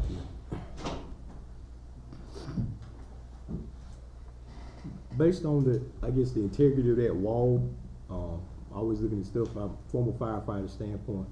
When you tie into that building, when you cut, it looks like the mortar in some of those areas is being like refilled. Is that gonna mess up the integrity? Are you cutting and tying into that building and that structure? The only connection to the building as far as a structural thing. Yes, sir. Are those two metal openings that you see behind the middle dumpster. The rest of it is located on the outside of the building. Okay. So what it'll have would be, we have to set, you see the pipe that runs down the middle of the building? Yes, sir. It has to set out far enough to go past that. So what you'd have are pinpoint areas Okay. that are actually tied into the building. And one thing Jonathan was talking about, the company that I work for, the owners own the other building that they're in right now, which is the old Goldsboro drug building. Right on the corner. One of the things we did on that building, and I've highly recommended it to Cry Freedom, is because of the integrity of the mortar. Yes, sir. I mean, this building is an old building, Right. and you're exactly correct, is to cover that with an elastomeric coating. Okay. What that's gonna do is it's gonna stabilize Seal. everything. It's also gonna keep the water from coming into the Right. building. At that point in time, I think you've done everything you can do, short of tuck pointing every joint. Gotcha. In that building, to keep the integrity of that building. Yes, sir. And so I think that would be, hopefully that answered your question. Thank you, you did. Yes, sir. Appreciate it. Thank you. Any other questions? Is any of the modifications that you're wanting to make gonna affect any of the other business owners negatively No. in any way? No. As a matter of fact, we're far enough away, that it shouldn't. Also, there is a walkway that is owned by the city that is in disrepair right now. That kind of leads into that little alleyway in the back, but it's far enough forward. It's in front of the bushes, it's in front of the crepe myrtle tree. So there'll be no, adverse, at all. The lowest piece of equipment, there's technically two pieces of equipment on the outside of that building that will go in place. One of them being a makeup air, which is basically a suck it in fresh air. And the only one that could affect anybody is governed by the building code, and that is the exhaust. And as Jonathan was showing on his presentation a few minutes ago, that exhaust is, the bottom of the exhaust is 10 foot above the existing grade, which meets code. So that's the only part that would affect anybody. And it's far enough away from every other business that they're not affecting anybody. Thank you. Any other questions? Okay. Thank you very much. So, as was asked before, that we have to approve this tonight. We don't have to approve it, but it's here for approval or disapproval, as the case may be. So, what do you say, council? Mayor, I'd like to approve it tonight. Sorry, I couldn't tell if that was my reflection in the little window here or your hand. I'd like to approve it tonight as it stands. It's a 9-year agreement. Obviously, uses can change for the building. They may not even be in that building in 9 years. It allows us the opportunity to revisit this at that time if that lot has different financial value at that time for other development. I think the agreement as presented is a viable path for the city, and I move to adopt the agreement as presented. Second. The motion is made and seconded. Is there any further discussion? I agree with Mr. Gaylor, but I also want to say that to Councilman Matthews' point, moving forward is us supposed to being proactive with things, not to us to continue to be consistent with similar projects of this nature. That's what I want to point out, because we don't want to pick and choose, and moving forward, I think we need to be more vigilant about doing these things in a proper manner and be consistent across the board. But me personally, I'm gonna vote no tonight, and that reason is because I'm not prepared to make a decision on this right now. Any other comments or discussion? Well, I would like to really look at it because I hadn't. And it was just given to us, and I want to make sure that I understand everything and research, so I'm just not ready to approve it tonight, but. Any other comments? Okay, we have a motion and second to adopt the agreement as submitted to us tonight. All in favor, please signify by raising your hand. All opposed? Okay, we have a vote of 4-2. Adoption, the agreement is adopted. Okay, this time we'll go to the city manager's report. Yes, sir. I'd like to take a moment to thank all the staff from the city, the people with the Wayne County Chamber of Commerce, all the participants that helped with the Jingle in the Park, the Christmas parade, and the Lights Up event. They all went, I thought, spectacularly well, and there are a lot of people to thank for that. So just wanted to mention that, sir. That's all I have. Okay. About council comments, Ms. Jones? Well, again, I'd like to, we're very proud of our Continental sister who received the Longleaf Pine. We did toast her on Tuesday night at our Continental meeting. And as the Christmas season come about, I was very honored to be in the Christmas parade and look at the community. I think that is one time that we all come together, and it's a joyous occasion. And with that said, I would just like to challenge everyone, and this is just coming from my heart, if there's anyone out there in your life or in your family that you haven't forgiven, this is a great time, a great season to forgive those. Forgiveness is one of the best gifts in the world. Not only does it release you, but it releases the other person as well. Yep. Mr. Pollard? yes, sir. Since our last meeting, I'd like to give a special shout out to Mr. DeCarlos Russell, also known as Dre. He reached out to me and during the Thanksgiving season. We were given 30 pounds of turkey barbecue, and I was then turned it over to Mr. Thomas Rice and Mr. Simmons, who distributed it in the homeless community. I also want to, my granddaughter, Camilla Ariel Johnson, wanted to say thank you. She couldn't be here tonight, but she wanted to be able to be here to say thank you to you all for allowing her to be on the sleigh during the Christmas parade. She thoroughly enjoyed herself, and that's all I have to say. Thank you. Ms. Matthews? No comment. Mr. Gaylor? Just on the Christmas parade, thank you for bringing your granddaughter. I'm telling you, that made it worthwhile. Like, anytime she would look around and say, you know, Merry Christmas and wave, I don't have to say anything. There you go. They just sit here and enjoy it. So thank you for doing that. I hope that in future years, but maybe we could take some of that spirit and maybe do more of that. That was an awesome thing. So thank you for bringing your family to be part of that. And thank you to the incredible amount of work that went into pulling off the Christmas parade. The sleigh being repaired and being rebuilt was really special. Yes. So thank you, and Tim. Please make sure that everyone understands our appreciation for pulling that off. The amount of work that goes into it. Yes, sir. Mr. Bass? No comment. All I'm just going to say is that I want to add a few comments to the comments already been made about the Christmas parade. Our city council and were there, minus one individual, Councilman Broadway, who was out ringing the bell for the Salvation Army that night, so he gets credit for participating.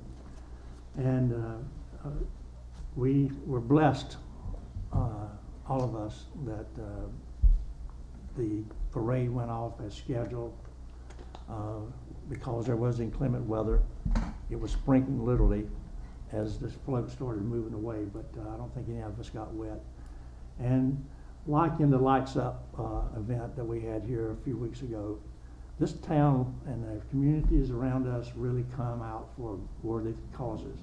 And the two biggest things every year that we have for the last few years that I'm aware of is the Lights Up and the Christmas parade. And it really is something that brings out the holiday spirit in people. I appreciate everyone who participated in that, wherever you're from, the surrounding communities or outside the county, whichever. I think you see that Goldsboro is a city that's on the move, that's moving forward. Our ability to come together as a single unit to do good things for the city of Goldsboro and make it grow is evidenced by events like that. So with that, I'm going to stop because we're going to go into closed session here in just a moment. So if we have no more items to talk about, I will ask for a motion to go into closed session. And visitors in the audience out there, if you would please kindly remove yourself. Motion to go into closed session. Second. Motion made, second. All in favor, show by raising your hand. And just for the record. For litigation. Litigation, yes, sir. For litigation, okay. At this time, thank you, ladies and gentlemen, for attending.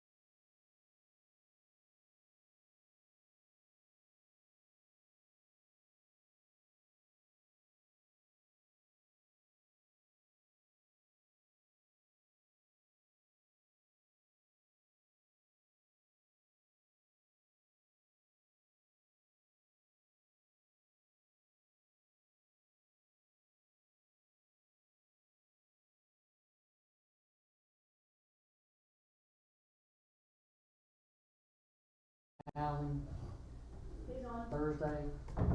9 o'clock. Mayor, we're back on? Pardon? Back on? Yep, okay. What did you say?